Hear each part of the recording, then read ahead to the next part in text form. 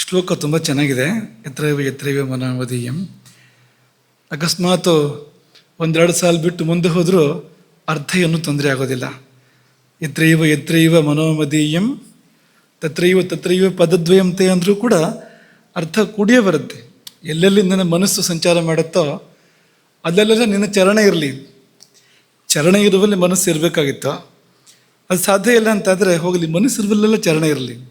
ನಾನು ಹೋದಲ್ಲಿ ಬಂದಲ್ಲಿ, ನನ್ನ ಮನಸ್ಸು ಹೋದಲ್ಲಿ ಬಂದಲ್ಲಿ ನಿನ್ನ ಸ್ವರೂಪ ಇರಲಿ, ತಲೆ ಭಾಗದಲ್ಲೆಲ್ಲ ನಿನ್ನ ಚರಣ ಇರಲಿ ಎನ್ನುವ ತುಂಬ ಸುಂದರವಾದ ಅಭಿಪ್ರಾಯದ ಒಂದು ಸಂಸ್ಕೃತದ 4 ಸಾಲುಗಳು.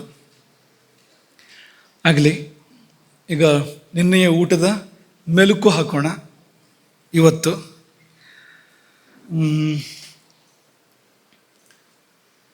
ನಿತ್ಯದ ಊಟದ ರೂಪದಲ್ಲಿ ಒಂದು ಪವಾಡ ನಡೆಯುತ್ತಿದೆ. ಏನದು? ನಮ್ಮಿಂದ ಬೇರೆಯಾದ, ದೂರವಾದ, ನಮ್ಮಿಂದ ಬೇರೆ ಇರುವ, ದೂರ ಇರುವ, ನಾವಲ್ಲದ ವಸ್ತು ಚಿಕ್ಕ ದ್ವಾರದ ಮೂಲಕ ನಮ್ಮೊಳಗೆ ಪ್ರವೇಶ ಮಾಡಿ, ಇಡೀ ಶರೀರಕ್ಕೆ ಹೋಲಿಸಿದರೆ ಈ ಮುಖ ಅಥವಾ ಬಾಯಿ ಅನ್ನೋದೊಂದು ತುಂಬ ಚಿಕ್ಕ ದ್ವಾರ. ಈ ಬಾಯಿಯ ಮೂಲಕ ಒಳಗೆ ಪ್ರವೇಶಿಸಿ ನಾವಾಗಿ ಬಿಡುತ್ತೆ. ಆ ಪವಾಡದ ಅಂಶ ಯಾವುದಂದರೆ ಅದು ನಾವಾಗುವಂಥದ್ದು, ನಮ್ಮಲ್ಲಿ ಕರಗಿ ಒಂದಾಗುವಂಥದ್ದು ಮತ್ತು ಕೊನೆಯಲ್ಲಿ ನಾವೇ ಆಗಿ ಪರಿಣಮಿಸುವಂಥದ್ದೇ ಅದ್ಭುತ, ಅದೇ ಅದ್ವೈತ. ಹೀಗಾಗಿ ತುಂಬ ಜಾಗ್ರತೆ ಬೇಕು ಊಟ ಮಾಡುವಾಗ. ಯಾಕೆಂದರೆ ಮಾಡಿದ ಊಟವೇ ನಾವಾಗ್ತೇವೆ ಅಂತಾದರೆ ಅಲ್ಲಿ ಅಪಾಯವೂ ಇದೆ. ಬೇಡದದನ್ನು ಊಟ ಮಾಡಿದರೆ ನಾವು ಅಂಥವರೇ ಆಗ್ತೇವೆ, ಅಂಥದ್ದೇ ಆಗ್ತೇವೆ ಅಂತ ಅವಕಾಶವೂ ಇದೆ. ನಾವು ಏನಾಗಬೇಕು ಅಂತಿದೆಯೋ ಅಂಥದ್ದನ್ನು ಊಟ ಮಾಡ್ಬೋದು. ಉದಾಹರಣೆಗೆ ರಾಕ್ಷಸ ಆಗಬೇಕು ಅಂತ ಅಂದ್ಕೊಳ್ಳಿ, ಹಾಗೊಂದು ಆಸೆ ಇದ್ದರೆ ರಾಜಸ ತಾಮಸ ಆಹಾರಗಳನ್ನು ಸೇವನೆ ಮಾಡ್ತಾ ಮಾಡ್ತಾ ಮಾಡ್ತಾ ಹೋದರೆ ಒಂದು ದಿನ ಅದಾಗ್ತೇವೆ. ನಾವು ಇರುವ ಜೀವಕೋಶಗಳು ಅಳಿದು ಹೊಸವು ಹುಟ್ಟುವ ಸಮಯದಲ್ಲಿ, ಪೂರ್ತಿ ಹೊಸದಾಗುವ ಸಮಯದಲ್ಲಿ ಪೂರ್ತಿ ರಾಕ್ಷಸ ಆಗಿರ್ತಾನೆ ಅವನು. ಅದೇ ದೇವತೆ ಆಗಬೇಕು ಅಂತ ಅನಿಸಿದರೆ ಸಾತ್ವಿಕವಾದ ಆಹಾರವನ್ನು ಸೇವನೆ ಮಾಡಿದರೆ ಆಯಿತು. ಆರೋಗ್ಯವಾಗಿರಬೇಕು ಅಂತಂದರೆ ತಕ್ಕಂತೆ ಆಹಾರ ಸೇವನೆ ಮಾಡಿದರೆ ಆಯಿತು. ಅವಕಾಶವೂ ಹೌದು, ಅಪಾಯವೂ ಹೌದು, ಎರಡೂ ಕೂಡ ಹೌದು. ಯಾಕೆಂದರೆ ಅಪಾಯ ಯಾಕೆಂದರೆ ಏನೇನೋ ಒಳಗೆ ಪ್ರವೇಶ ಮಾಡ್ತಾ ಇದೆ, ಒಳ್ಳೆಯದೋ ಕೆಟ್ಟದ್ದೋ ಗೊತ್ತಿಲ್ಲ. ಒಳ್ಳೆಯದಾದರೆ ಸರಿ, ಕೆಟ್ಟದಾದರೆ ಹೋಗಿ ಕೆಟ್ಟದನ್ನು ಮಾಡುತ್ತೆ. ಹಾಗಾಗಿ ಅಪಾಯವೂ ಕೂಡ ಅಪಾರವಾಗಿದೆ ಇಲ್ಲಿ ಎಂಬುದು ನಿನ್ನೆ ನಾವು ನೆನಪು ಮಾಡಿಕೊಂಡಿದ್ವು. ನಿಮಗೇನಾದರೂ ನೆನಪಾದರೆ ಹೇಳಿ. ನಿನ್ನೆ ಪಾಠದಲ್ಲಿ ನಿಮಗೆ ತುಂಬ ಮನಸ್ಸಿಗೆ ಹೌದು ಅಂತ ಅನಿಸಿದ್ದು ಏನಾದ್ರು ಇದ್ರೆ ಹೇಳಿ, ಪ್ರಶ್ನೆ ಬಂದರೆ ಕೇಳಿ, ನಿಮಗೆ ಬಿಡ್ತೇವೆ. ಸುಮುಖ.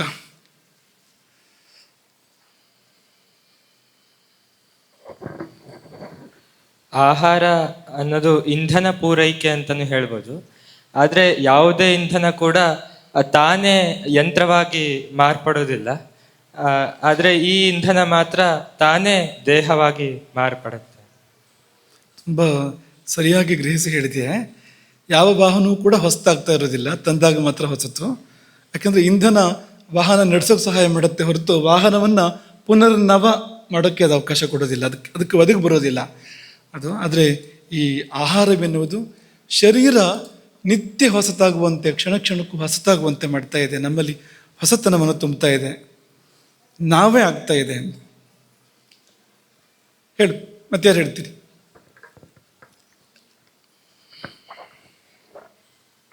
ಅನ್ನವನ್ನ ಬ್ರಹ್ಮ ಅಂತ ನಾವು ಭಾವಿಸ್ಕೊಂಡು ಊಟ ಮಾಡಿದರೆ ಅದೇ ನಮಗೆ ಮುಕ್ತಿಗೆ ಕಾರಣ ಆಗುತ್ತೆ.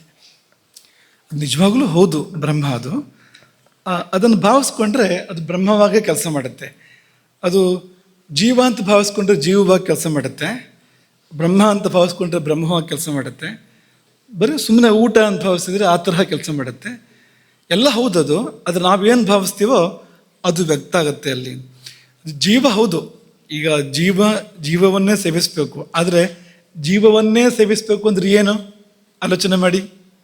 ಈಗ ಸಸ್ಯವನ್ನು, ಪ್ರಾಣಿಯನ್ನು ಮನುಷ್ಯ ಸೇವಿಸ್ತಾನೆ ಅಲ್ವಾ? ಆದರೆ ಜೀವವನ್ನು ಸೇವಿಸ್ತಾನೆ ಅಂದರೆ ಆ ಜೀವ ಹೊರಟು ಬೇರೆ ಕಡೆ ಹೋಗುತ್ತೆ.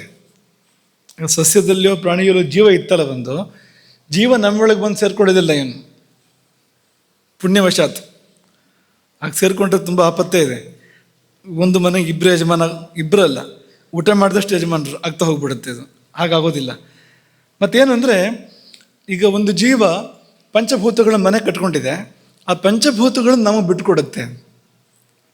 ಇನ್ನೊಂದು ಜೀವ ಇರುವ ಪಂಚಭೂತಗಳು, ಜೀವದ ಸುತ್ತ ಕಟ್ಟಿಕೊಂಡಿರ್ತಕ್ಕಂಥ ಪಂಚಭೂತಗಳ ಆವರಣ ಇದೆಯಲ್ಲ, ಅದು ಈ ಪಂಚಭೂತಗಳಲ್ಲಿ ಸೇರಿ ಒಂದಾಗತ್ತೆ. ಅದು ಬೇರೆ ಜಾಗ ಹುಡುಕತ್ತೆ, ಬೇರೆ ಮನೆ ಮಾಡ್ಕೊಳ್ಳುತ್ತೆ. ಇದು ಆಗುವಂಥದ್ದು ಅಲ್ಲಿ. ಹಾಗಾಗಿ ಜೀವಾದ್ವೈತ ಅಂದರೆ ಒಂದು ಮಟ್ಟಿಗೆ ಸತ್ಯ ಅಂತ ಹೇಳಬೇಕು ಅದನ್ನಷ್ಟೇ ಹೊರತು ಯಥಾರ್ಥ ಸತ್ಯ ಅಂತಲ್ಲ. ಆದರೆ ಜೀವ ಬ್ರಹ್ಮಾದ್ವೈತ ಅಂದರೆ ಅದು ಸತ್ಯವೇ. ಯಾಕೆಂದರೆ ಅದು ಪರಬ್ರಹ್ಮವೇ ಆ ರೂಪದಲ್ಲಿ ಇರುವಂಥದ್ದು, ಬಂದು ಇಲ್ಲಿ ಬೆರೆತು ಒಂದಾಗ್ತಾ ಇರುವಂಥದ್ದು. ಆದರೆ ಬ್ರಹ್ಮವೇ ನಮ್ಮೊಳಗೆ ಬಂದು ಬೆರೀತಾ ಇದೆ ಈಗ. ಆದರೆ ಸಾಧನೆಯ ತುದಿಯಲ್ಲಿ ಜೀವವೇ ಹೋಗಿ ಬ್ರಹ್ಮದಲ್ಲಿ ಬೆರೆಯುತ್ತೆ, ಅದು ವ್ಯತ್ಯಾಸ. ಈಗ ಸದ್ಯ ಬ್ರಹ್ಮ ಒಂದು ಪುಟ್ಟ ರೂಪ ತಾಳಿ ನಮ್ಮೊಳಗೆ ಬಂದು ಬೆರೀತಾ ಇದೆ, ಅದು ಊಟ. ಆದರೆ ಇದೇ ಹೋಗಿ ಅಲ್ಲಿ ಬೆರೆಯುವಾಗ, ನಾವೇ ಹೋಗಿ ಬೆರೆಯುವಾಗ ಮುಕ್ತಿ ಅದು ಅಂತ. ಮತ್ತಾರು ಹೇಳು. ಅನ್ನ ಅಂದ್ರೆ ತಿನ್ನುವುದು ಹೌದು, ತಿನ್ನಲ್ಪಡುವುದು ಅಂತ ಅರ್ಥ. ಎಂತಕ್ಕೆ ಈಗ ನಮ್ಗೆ ಗೊತ್ತಿದ್ಕೊಂಡು ತಿಂದ್ರೆ ಜೀರ್ಣ ಆಗುತ್ತೆ, ಗೊತ್ತಿಲ್ಲದೆ ತಿಂದ್ರೆ ರೋಗ ಅಥವಾ ಸಾವು ಅಂತಾನೆ ಹೇಳ್ಬೋದು. ಅಂದ್ರೆ ಉದಾಹರಣೆ ಕೊಟ್ಟಿದ್ರಿ, ನೊಣ ವಜ್ರ ತಿಂದಂಗೆ. ಅಂದರೆ ಸರಿಯಾದದನ್ನು ಸೇವನೆ ಮಾಡಿದರೆ, ಸರಿಯಾದ ಪ್ರಮಾಣದಲ್ಲಿ, ಸರಿಯಾದ ಕಾಲದಲ್ಲಿ ನಾವು ಅದನ್ನು ಸೇವನೆ ಮಾಡ್ತಾ ಇರ್ತೀವಿ, ನಾವು ತಿಂತಾ ಇರ್ತೀವಿ. ಅದೇ ಸರಿ ಅಲ್ಲದುದನ್ನು ಸರಿ ಅಲ್ಲದ ಕಾಲದಲ್ಲಿ, ಸರಿಯಲ್ಲದ ಪ್ರಮಾಣದಲ್ಲಿ ಸೇವನೆ ಮಾಡಿದರೆ ಅದೇ ನಮ್ಮನ್ನು ತಿನ್ನುತ್ತೆ. ಅದ್ಯತೆ ಅತ್ತಿಚ ಭೂತಾನಿ. ಸರಿ ಇದೆ.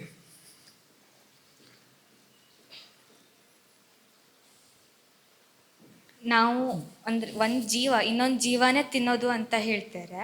ಅಂದರೆ ಈಗ ನಾವು ಒಂದು ಜೀವನ ತಿಂದಾಗ ಅದನ್ನು ಒಳ್ಳೆ ಕಾರ್ಯಕ್ಕೆ ಉಪಯೋಗಿಸ್ಕೊಂಡ್ರೆ ಅದು ಆ ಜೀವ ಹರಿಸುತ್ತೆ ನಮ್ಮನ್ನ. ಅದೇ ನಾವು ಕೆಟ್ಟ ಕಾರ್ಯಕ್ಕೆ ಬಳಸ್ಕೊಂಡ್ರೆ ತಿಂದು ಅದ್ರ ಶಾಪ ನಮಗಿರುತ್ತೆ, ಆ ಜೀವದ ಶಾಪ ನಮಗಿರುತ್ತೆ. ಸರಿಯಾದ ಮಾತು, ತುಂಬ ಸರಿಯಾದ ವಿಷಯ. ಜೀವ, ಇನ್ನೊಂದು ಜೀವವನ್ನು ನಾವು ಬೆಳೆಸ್ಕೊಳ್ತಾ ಇದ್ದೇವೆ, ಸದುಪಯೋಗ ಮಾಡಿದರೆ ವೇದಾಭ್ಯಾಸೇನ ಜೀರಿತೆ ಅಂತ ಹೇಳ್ತಾರಲ್ಲ, ಆ ರೀತಿ ಅದೊಂದು ಸತ್ಕಾರ್ಯಕ್ಕೆ ಆ ಊಟ ಉಪಯೋಗ ಆದರೆ ಪುಣ್ಯ ಆ ಜೀವಕ್ಕಿದೆ, ಜೀವ ಉದ್ಧಾರ ಆಗುತ್ತೆ. ಎಷ್ಟೋ ಕೆಳಗೆದ್ದಿದ್ದು ತುಂಬ ಮೇಲೆ ಬಂದುಬಿಡುತ್ತೆ. ಇಲ್ಲದೆ ಇದ್ದರೆ ಅದು ಶಪಿಸುತ್ತೆ. ದುರುಪಯೋಗ ಮಾಡಿದಾಗ ಆ ಜೀವ ಶಪಿಸುತ್ತೆ ನಮ್ಮನ್ನು ಅಂತ.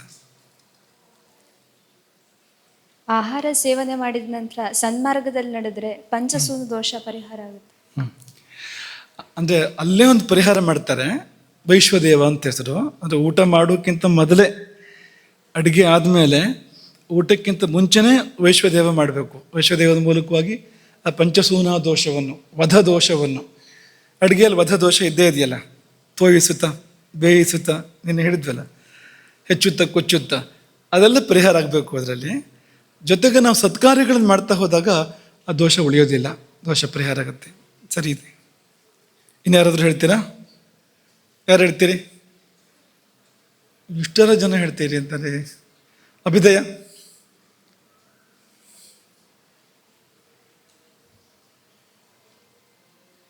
ಪ್ರಶ್ನೆ ಇದೆ.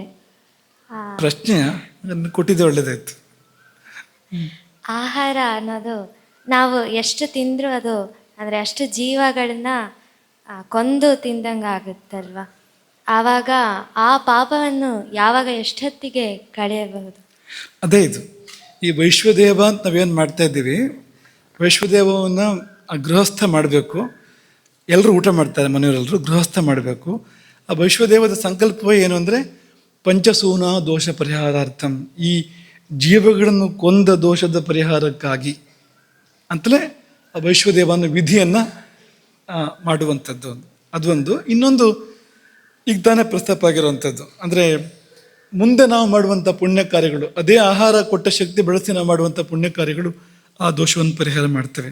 ಆದರೆ ಮುಖ್ಯವಾಗಿ ಉಣ್ಣುವಾಗಲೇ ಅನ್ನದಲ್ಲಿ ದೋಷ ಇರ್ತಾ ಉಣ್ಣಬಾರ್ದು, ಆ ದೋಷ ಪರಿಹಾರ ಮಾಡಿಕೊಂಡೇ ಉಣ್ಣಬೇಕು. ಹಾಗಾಗಿ ವೈಶ್ವದೇವವನ್ನು ಮಾಡಬೇಕು, ಅದೇ ಪರಿಹಾರ. ಅದಕ್ಕೆ ಮತ್ತು ಒಳ್ಳೆ ಮನಸ್ಸಿಂದ ಮಾಡಬೇಕು. ಅಂದರೆ ಈ ಅನ್ನದ ಹಿಂದೆ ಯಾವ್ಯಾವ ಜೀವಗಳಿದ್ದಾವೋ ಅವಕ್ಕೆಲ್ಲ ಒಳ್ಳೇದಾಗಲಿ ಅಂತ ಹರಿಸಿ ನಾವು ಒಂದು ಪ್ರಾರ್ಥಿಸಿ ಊಟ ಮಾಡಿದರೆ ಅದಕ್ಕೆಲ್ಲ ಹೋಗಿ ತಲುಪುತ್ತೆ ಆ ಜೀವಗಳಿಗೆಲ್ಲ. ಆ ದೇಹ ಇದ್ದರೆ ಏನಾಗ್ತಿತ್ತು ಅದಕ್ಕಿಂತ ಜಾಸ್ತಿ ಒಳ್ಳೇದಾಗತ್ತೆ ಅದಕ್ಕೆ. ಈಗ ಯಾವುದೊಂದು ಗಿಡ ಅಂತ ಅಂದ್ಕೊಳ್ಳಿ, ಗಿಡವಾಗಿದ್ದು ಎಲ್ಲಿಗೆ ಹೋಗುತ್ತೆ, ಅದು ಏನು ಮಾಡುತ್ತೆ ಅದು. ಆದರೆ ಅದೊಂದು ಪ್ರಾಣಾಗ್ನಿಹೋತ್ರಕ್ಕೆ ಸಂದಾಗ, ಒಂದು ಭೋಜನ ಯಜ್ಞಕ್ಕೆ ಸಂದಾಗ ಅದು ಉದ್ಧಾರ ಆಗ್ಬೋದು, ಅದು ಎಷ್ಟೋ ಮೇಲಕ್ಕೆ ಬಂದ್ಬಿಡ್ಬೋದು. ಆ ಲಾಭ ಅದಕ್ಕಿದೆ ಅಂತ. ಸರಿನಾ? ಇನ್ಯಾರು ಹೇಳ್ತೀರಿ? ಧ್ವನಿ.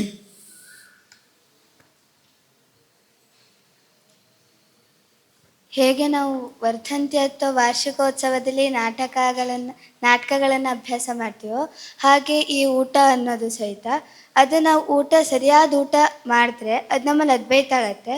ಹಾಗೆ ಒಂದು ಸಲ ನಾವು ಪರಮಾತ್ಮನಲ್ಲಿ ಅದ್ವೈತವಾಗ್ತೇವೆ. ಆ ಕೊಟ್ಟ ಕೊನೆಯ ಜೀವದೇವಾದ್ವೈತದ ಅಭ್ಯಾಸ ಇದು ಅಂತ. ಈ ಊಟ ಇಲ್ಲ, ನಾಟಕಕ್ಕೆ ಮುಂಚಿನ ಅಭ್ಯಾಸ ಇದ್ದ ಹಾಗೆ ಅಂತ. ಸರಿ ಇದೆ, ಹೇಳಿ.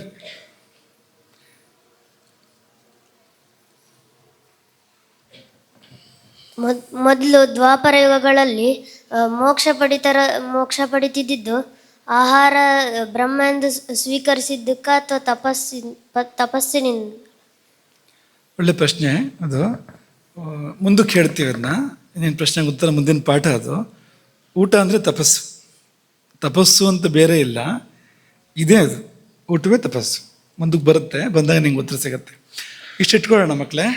ನೀವು ಇನ್ನೂ ಅನೇಕರು ಹೇಳೋಕ್ಕಿದ್ದೀರಿ, ನಾವು ಹೇಳೋಕ್ಕಿದೆಯಲ್ಲ ಸ್ವಲ್ಪ, ಹಾಗಾಗಿ ಮುಂದಕ್ಕೆ ನಿಮಗೆ ಮತ್ತೆ ಅವಕಾಶ ಸಿಗುತ್ತೆ. ಇದು ಆ ಮೆಲ್ಕನ್ನೇ ಮುಂದುವರಿಸಿದ್ರೆ ಈ ಅದ್ವೈತ ಏರ್ಪಡ್ತಾ ಇದೆಯಲ್ಲ, ಅನ್ನಕ್ಕೂ ಮತ್ತು ನಮಗೂ ಅದ್ವೈತ ಏರ್ಪಡ್ತಾ ಇದೆಯಲ್ಲ, ಏರ್ಪಡಿಸೋರು ಯಾರು? ಅದ್ವೈತವನ್ನು ಯಾರು ಇದನ್ನು ಉಂಟು ಮಾಡ್ತಾ ಇದ್ದಾರೆ? ಈ ಒಂದು ಐಕ್ಯವನ್ನು ಯಾರು ಉಂಟು ಮಾಡ್ತಾ ಇದ್ದಾರೆ? ಅನ್ನ ಬಂದು ನಮ್ಮೊಳಕರಿಗೆ ನಾವು ಒಂದಾಗಿ ನಾವೇ ಆಗ್ತಾ ಇದೆಯಲ್ಲ, ಯಾರು ಮಾಡ್ತಾ ಇರೋದು ಅದನ್ನು ಅನ್ನೋದನ್ನು ಸ್ವಲ್ಪ ಆಲೋಚನೆ ಮಾಡಿ. ಜಠರಾಗ್ನಿ. ಅದನ್ನು ಸುಶ್ರುತರು ಹೇಗೆ ಹೇಳ್ತಾರೆ, ಜಾಠರೋ ಭಗವಾನ್ ಅಗ್ನಿ. ಅವ್ರ ಶಬ್ದಗಳನ್ನು ನೋಡಿ. ಜಾಠರೋ ಭಗವಾನ್ ಅಗ್ನಿ. ಅಗ್ನಿಯನ್ನು ಭಗವಾನ್ ಅಂತ ಕರೆದ್ರು ಅವರು, ಅದನ್ನು ದೇವರು ಅಂತ ಕರೆದ್ರು ಸುಶ್ರುತರು. ಈಶ್ವರ ಅನ್ನಸ್ಯ ಪಾಚಕ. ಈ ಉಂಡ ಅನ್ನವನ್ನು ಜೀರ್ಣ ಮಾಡಿ ನಮ್ಮ ಮೈಯಾಗಿ ಪರಿವರ್ತನೆ ಮಾಡ್ತಾ ಇರೋದು ಯಾರಪ್ಪ ಅಂತಂದರೆ ಈ ಅಗ್ನಿ, ಜಠರಾಗ್ನಿ. ನಮ್ಮ ನಾಭಿಯ ಪರಿಸರದಲ್ಲಿರ್ತಕ್ಕಂಥ ಶಕ್ತಿ ಅದೊಂದು. ಅದು ಸಾಮಾನ್ಯವಾದ್ದಲ್ಲ, ಅದು ಭಗವಾನ್, ಅದು ಈಶ್ವರ. ಆದರೆ ಕಾಣ್ತಾ ಇಲ್ಲ ಅದು ಅಲ್ವಾ? ಮುಂದೆ ಅಗ್ನಿ ಬಗ್ಗೆ ಬಂದಾಗ ಅದನ್ನು ಹೆಚ್ಚು ಯೋಚನೆ ಮಾಡೋಣ. ಸೌಕ್ಷ್ಮ್ಯಾತ್ ವಿವೇಕ್ತು ನೈವ ಶಕ್ಯತೆ. ತುಂಬ ಸೂಕ್ಷ್ಮವಾದ ಶಕ್ತಿ ಅದು, ಶಕ್ತಿ ರೂಪ. ಅದು ಕಣ್ಣಿಗೆ ಕಾಣ್ತಾ ಇಲ್ಲ. ಅಥವಾ ಬಿಡಿಸಿ ನೋಡಿದರೆ ಅಗ್ನಿ ಸಿಗೋದಿಲ್ಲ, ಶರೀರವನ್ನು ಛೇದಿಸಿ ನೋಡಿದರೆ ಅಗ್ನಿ ಸಿಗೋದಿಲ್ಲ, ಅಲ್ಲಿ ಅಗ್ನಿ ಅಂದರೆ ಬೆಂಕಿ ಸಿಗೋದಿಲ್ಲ ಅಂತ. ಆದರೆ ಅಗ್ನಿಶಕ್ತಿ ಅಲ್ಲಿ ಇದ್ಕೊಂಡು ಕೆಲಸ ಮಾಡ್ತಾ ಇದೆ. ಅದೇ ಇದು. ಈ ಅನ್ನವನ್ನು, ಊಟ ಮಾಡಿದ ಆಹಾರ ವಸ್ತುವನ್ನು ಪರಿಣಾಮಗೊಳಿಸುವಂಥದ್ದು. ಏನಾಗಿ ಅಂದರೆ ರಸರಕ್ತ ಮಾಂಸ ಅಸ್ಥಿ ಮೊದಲಾಗಿರ್ತಕ್ಕಂಥ ದೇಹ ಧಾತುಗಳಾಗಿ ಪರಿವರ್ತನೆ ಮಾಡ್ತಾ ಇರುವಂಥದ್ದು, ಪರಿಣಾಮಗೊಳಿಸ್ತಾ ಇರುವಂಥದ್ದು ಯಾರು ಅಂದರೆ ಅದೇ ಅಗ್ನಿ, ಅದೇ ಈಶ್ವರ. ಗೀತೆ ನೆನಪು ಮಾಡ್ಕೊಳ್ಳಿ.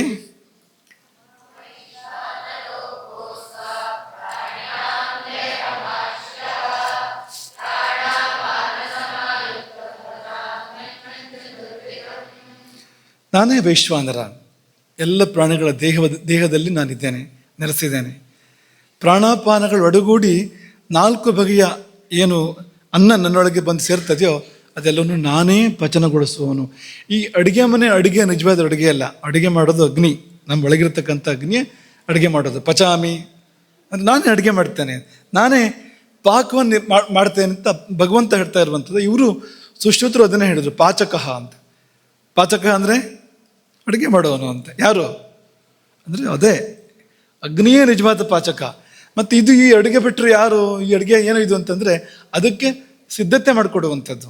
ಅದಕ್ಕೆ ಪೂರಕವಾಗಿ ಒಂದಷ್ಟು ನಾವು ಅದನ್ನು ಮೊದಲೇ ನಾವು ಬೇಯಿಸಿದರೆ, ಮೊದಲು ಸ್ವಲ್ಪ ಮೆತ್ತಗೆ ಮಾಡಿದರೆ, ಮೊದಲು ಅಗಿದು ಕೊಟ್ಟರೆ, ಅಂದರೆ ಆ ಅಗ್ನಿಗೊಂದು ಸೇವೆ ಮಾಡಿದ ಹಾಗೆ ಅದು ಅಂತ. ಅದು ಮುಂದೆ ಮಾಡೋದನ್ನು ಮಾಡಲಿಕ್ಕಿದೆ, ನೀವು ಹಸಿ ತಿಂದರೂ ಅದು ಮಾಡೋ ಕೆಲಸ ಮಾಡುತ್ತೆ ಅದು. ಆದರೆ ಸುಗಮ ಮಾಡಿಕೊಡುವಂಥ, ಅದಕ್ಕೆ ಪೂರಕವಾಗಿ ಸೇವೆ ಮಾಡ್ತಕ್ಕಂಥ ಕೆಲಸವನ್ನೇ ಮಾಡೋದು ಹೊರತು ಪಾಚಕ ಯಾರು ಅಂದರೆ ಅಗ್ನಿಯೇ. ಪಾಕ ಎಲ್ಲಾಗತ್ತೆ ಅಂದರೆ ನಿಜವಾದ ಪಾಕ ಅಲ್ಲಾಗತ್ತೆ. ಎಲ್ಲಿ? ಹೊಟ್ಟೆ ಒಳಗೆ ನಿಜವಾದ ಪಾಕ ಆಗುವಂಥದ್ದು. ಇದು ಸಣ್ಣ ಸಿದ್ಧತೆ ಅಷ್ಟೇ, ಅಡುಗೆ ಮನೆಯಲ್ಲಿ ಮಾಡುವಂಥದ್ದು ಅಂತ. ಕಾಲಾಗ್ನಿರುದ್ರ ಪತ್ನೀಚ ನಿದ್ರಾಸ ಸಿದ್ಧ ಯೋಗಿನಿ. ಅವನೇ ಕಾಲಾಗ್ನಿರುದ್ರ. ಯಾರು ಅಂದರೆ ಮಣಿಪೂರ ಚಕ್ರದಲ್ಲಿ ನೆಲೆಸಿರ್ತಕ್ಕಂಥವನು ರುದ್ರದೇವ. ಅವನೇ ಕಾಲಾಗ್ನಿ, ಅಂದರೆ ಕಾಲಕ್ಕೆ ತಕ್ಕಂತೆ ಮಧ್ಯಾಹ್ನ ಕಾಲ ಬಂದರೆ ಎದ್ದು ಬರುವವನು ಹಸಿವಾಗಿ, ಅವನೇ ಅವನು ಎನ್ನುವುದು ಇನ್ನೊಂದು ಮಾತು. ಹಾಗಾಗಿ ಇದು ಒಡಲೊಳಗೆ ಅಗ್ನಿರೂಪದಲ್ಲಿ ನೆಲೆಸಿರುವ ಪರಮಾತ್ಮನಿಗೆ ನಾವೆತ್ತುವ ತುತ್ತು ಹವಿಸ್ಸು ಅನ್ನೋದನ್ನು ನಾವು ಮನಸ್ಸಲ್ಲಿ ಇಟ್ಕೊಳ್ಬೇಕು. ಒಂದು ಸಂಗತಿಯನ್ನು ಗಮನಿಸಿ ಮುಂದಕ್ಕೆ ಹೋಗೋಣ ಇಲ್ಲಿಂದ. ಈ ಅದ್ವೈತ ಆಗದೇ ಇರೋ ಪದಾರ್ಥಗಳನ್ನು ಆದಷ್ಟು ನಾವು ತಿನ್ನಬಾರ್ದು. ಅದ್ವೈತ ಆಗದಿರೋ ಪದಾರ್ಥಗಳು ಒಳ್ಳೆ ಪದಾರ್ಥವೇ ಆದರೂ ಅದು ಜಾಸ್ತಿ ತಿಂದರೆ ಅದು ಅದ್ವೈತ ಆಗೋದಿಲ್ಲ. ಆಮೇಲೆ ಅದು ಬೇರೆ ಉಳಿಯುತ್ತೆ, ಅದು ಅನಾಹುತ ಮಾಡುತ್ತೆ. ಅಥವಾ ಆವಾಗವಾಗ ತಿಂದರು ಅದು ಜೀರ್ಣಕ್ಕಿಂತ ಮುಂಚೆ ಮತ್ತೆ ತಿಂದರೆ ಅದು ಅದೇ ಪರಿಣಾಮವನ್ನೇ ಮಾಡುತ್ತೆ. ಆದರೆ ಕೆಲವು ಆಹಾರ ವಸ್ತುಗಳೇ ಆಗಿವೆ, ಅದನ್ನು ತಿಂದರೆ ಅದು ಅದ್ವೈತ ಆಗೋದಿಲ್ಲ, ಅಂದರೆ ಜೀರ್ಣ ಆಗೋದಿಲ್ಲ ಅಂತ. ಜೀರ್ಣ ಆದರೆ ಅದ್ವೈತ ಆಗೋದು, ಅದು ಜೀರ್ಣ ಆಗೋದಿಲ್ಲ. ಅದಕ್ಕೆ ಒಂದು ಉದಾಹರಣೆ ಮೈದಾ. ಒಂದು ಉದಾಹರಣೆ, ಮೈದಾ ಸುಲಭಕ್ಕೆ ಜೀರ್ಣ ಆಗೋದಿಲ್ಲ. ಅದು ಬೇರೆ ಆಹಾರ ವಸ್ತುಗಳಿಗೆ ಜೀರ್ಣ ಆಗೋಕ್ಕೆ ಏನು ಸಮಯ ಬೇಕೋ ಅದಕ್ಕಿಂತ ತುಂಬ ಜಾಸ್ತಿ ಸಮಯ ಬೇಕು ಅದಕ್ಕೆ, ಮೈದಾಕ್ಕೆ.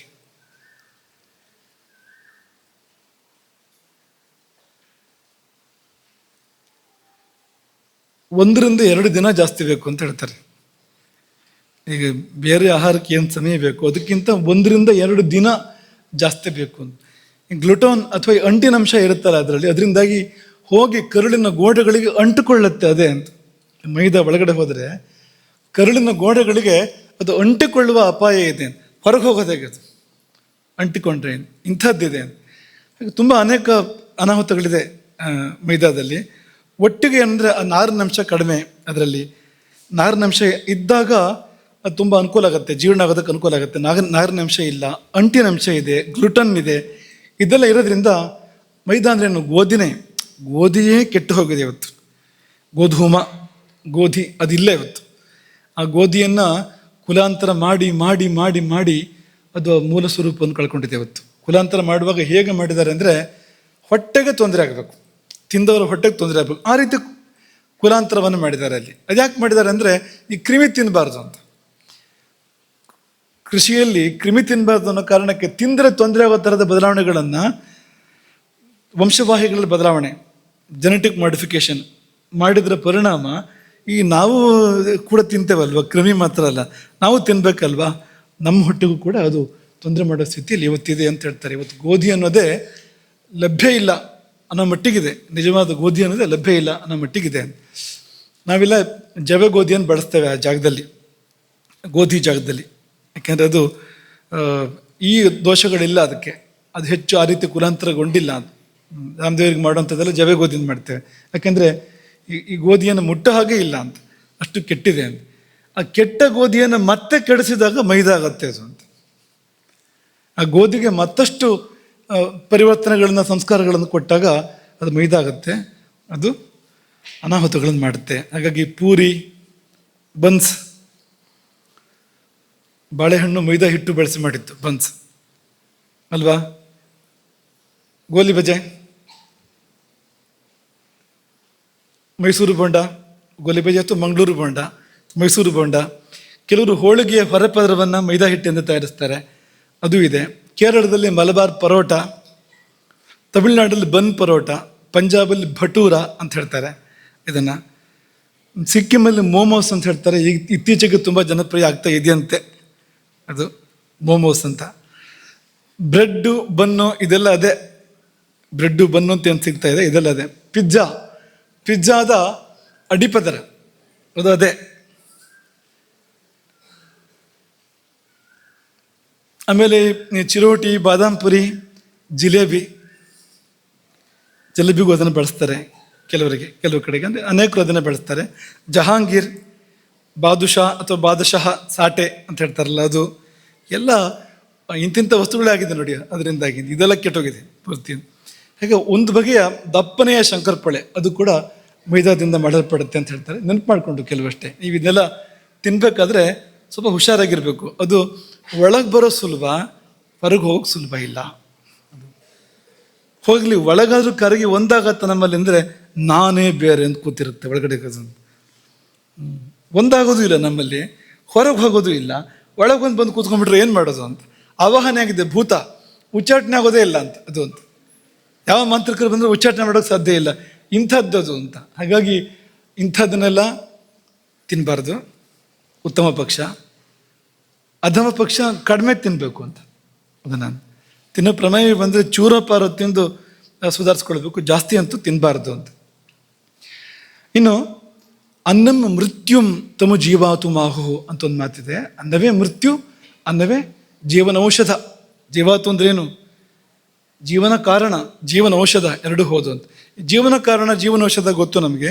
ಮೃತ್ಯು ಹೇಗೆ ಅಂದರೆ ಅದು ಈ ಮೊದಲು ಚಿಂತನೆ ಮಾಡಿದ್ದೇವೆ. ಸರಿಯಿಲ್ಲದ ಆಹಾರ ಸೇವನೆ ಮಾಡಿದರೆ ಮೃತ್ಯುವಾಗಿ ಪರಿಣಮಿಸುತ್ತೆ ನಮಗೆ ಅಂತ ಚಿಂತನೆ ಮಾಡಿದ್ದೇವೆ. ಇನ್ನೊಂದು ಬಗೆಯಲ್ಲೂ ಮೃತ್ಯು ಅದು.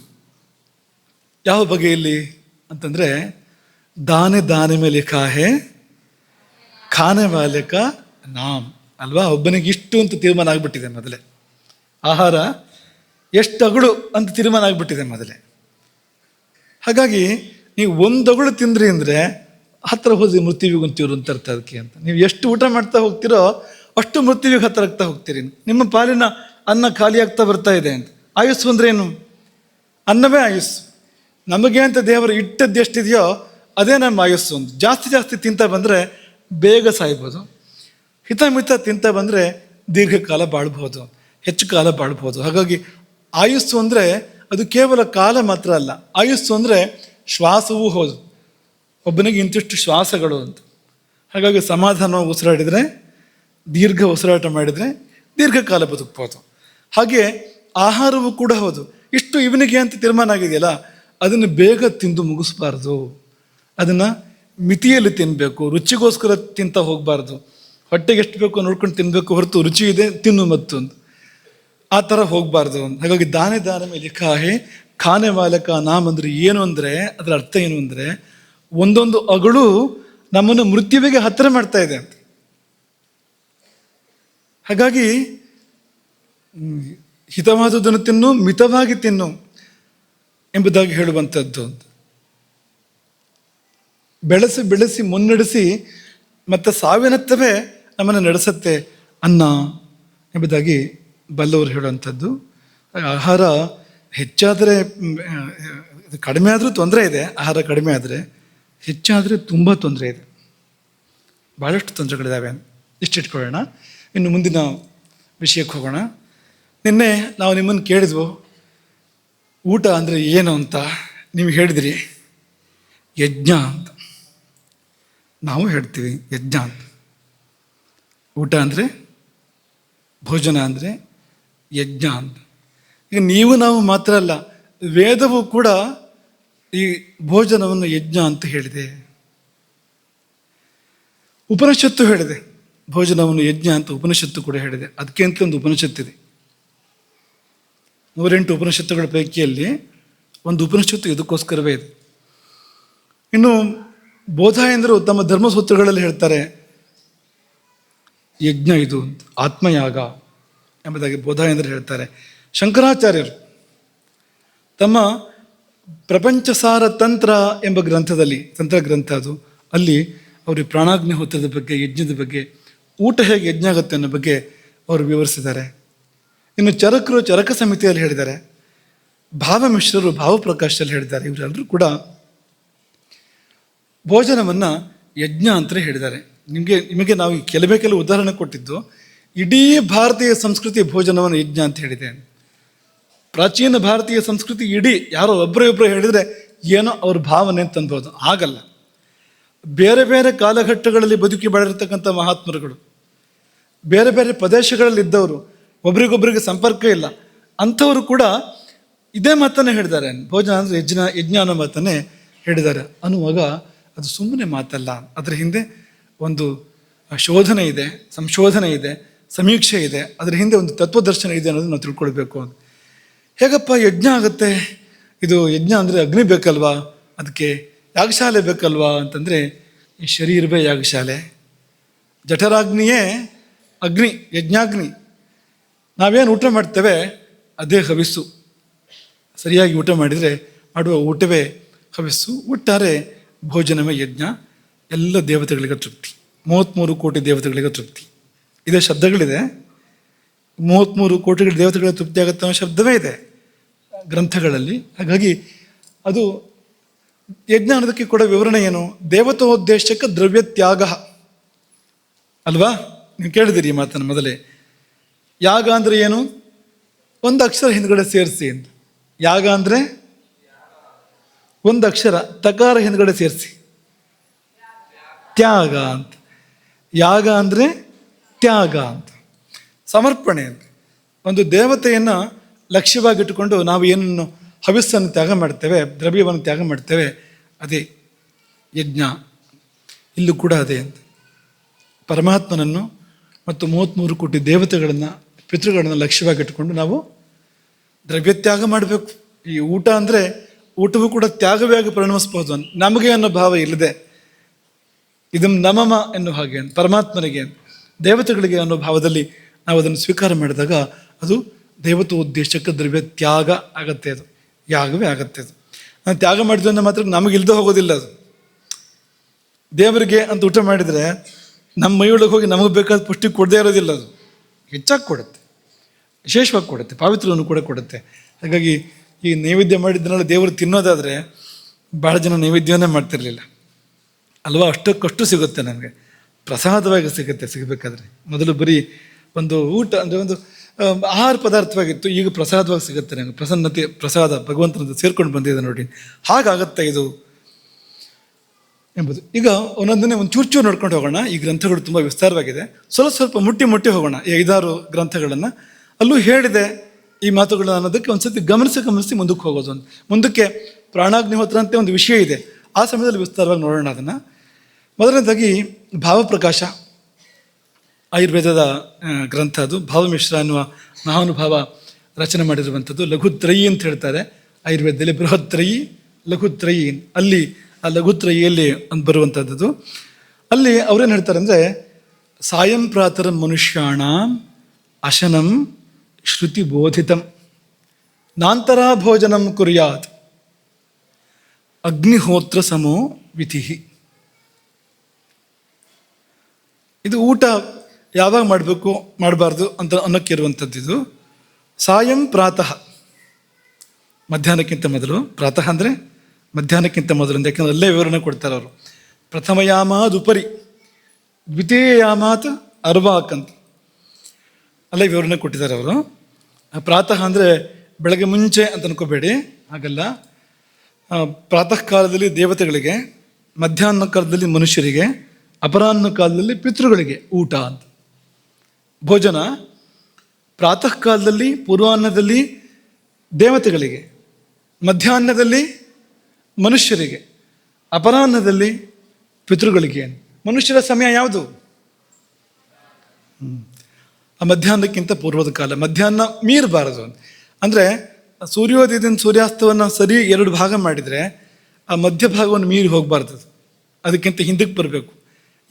ಯಾಮ ಯುಗ್ಮಂ ನಲಂಘಜೆ, 2 ಯಾಮ ಕಳಿಬಾರ್ದು ಅಂತ ಲೆಕ್ಕ ಅದು. ಅದನ್ನು ಅವರು ಆ ಭಾಷೆ ಹೇಳ್ತಾ ಇರುವಂಥದ್ದು.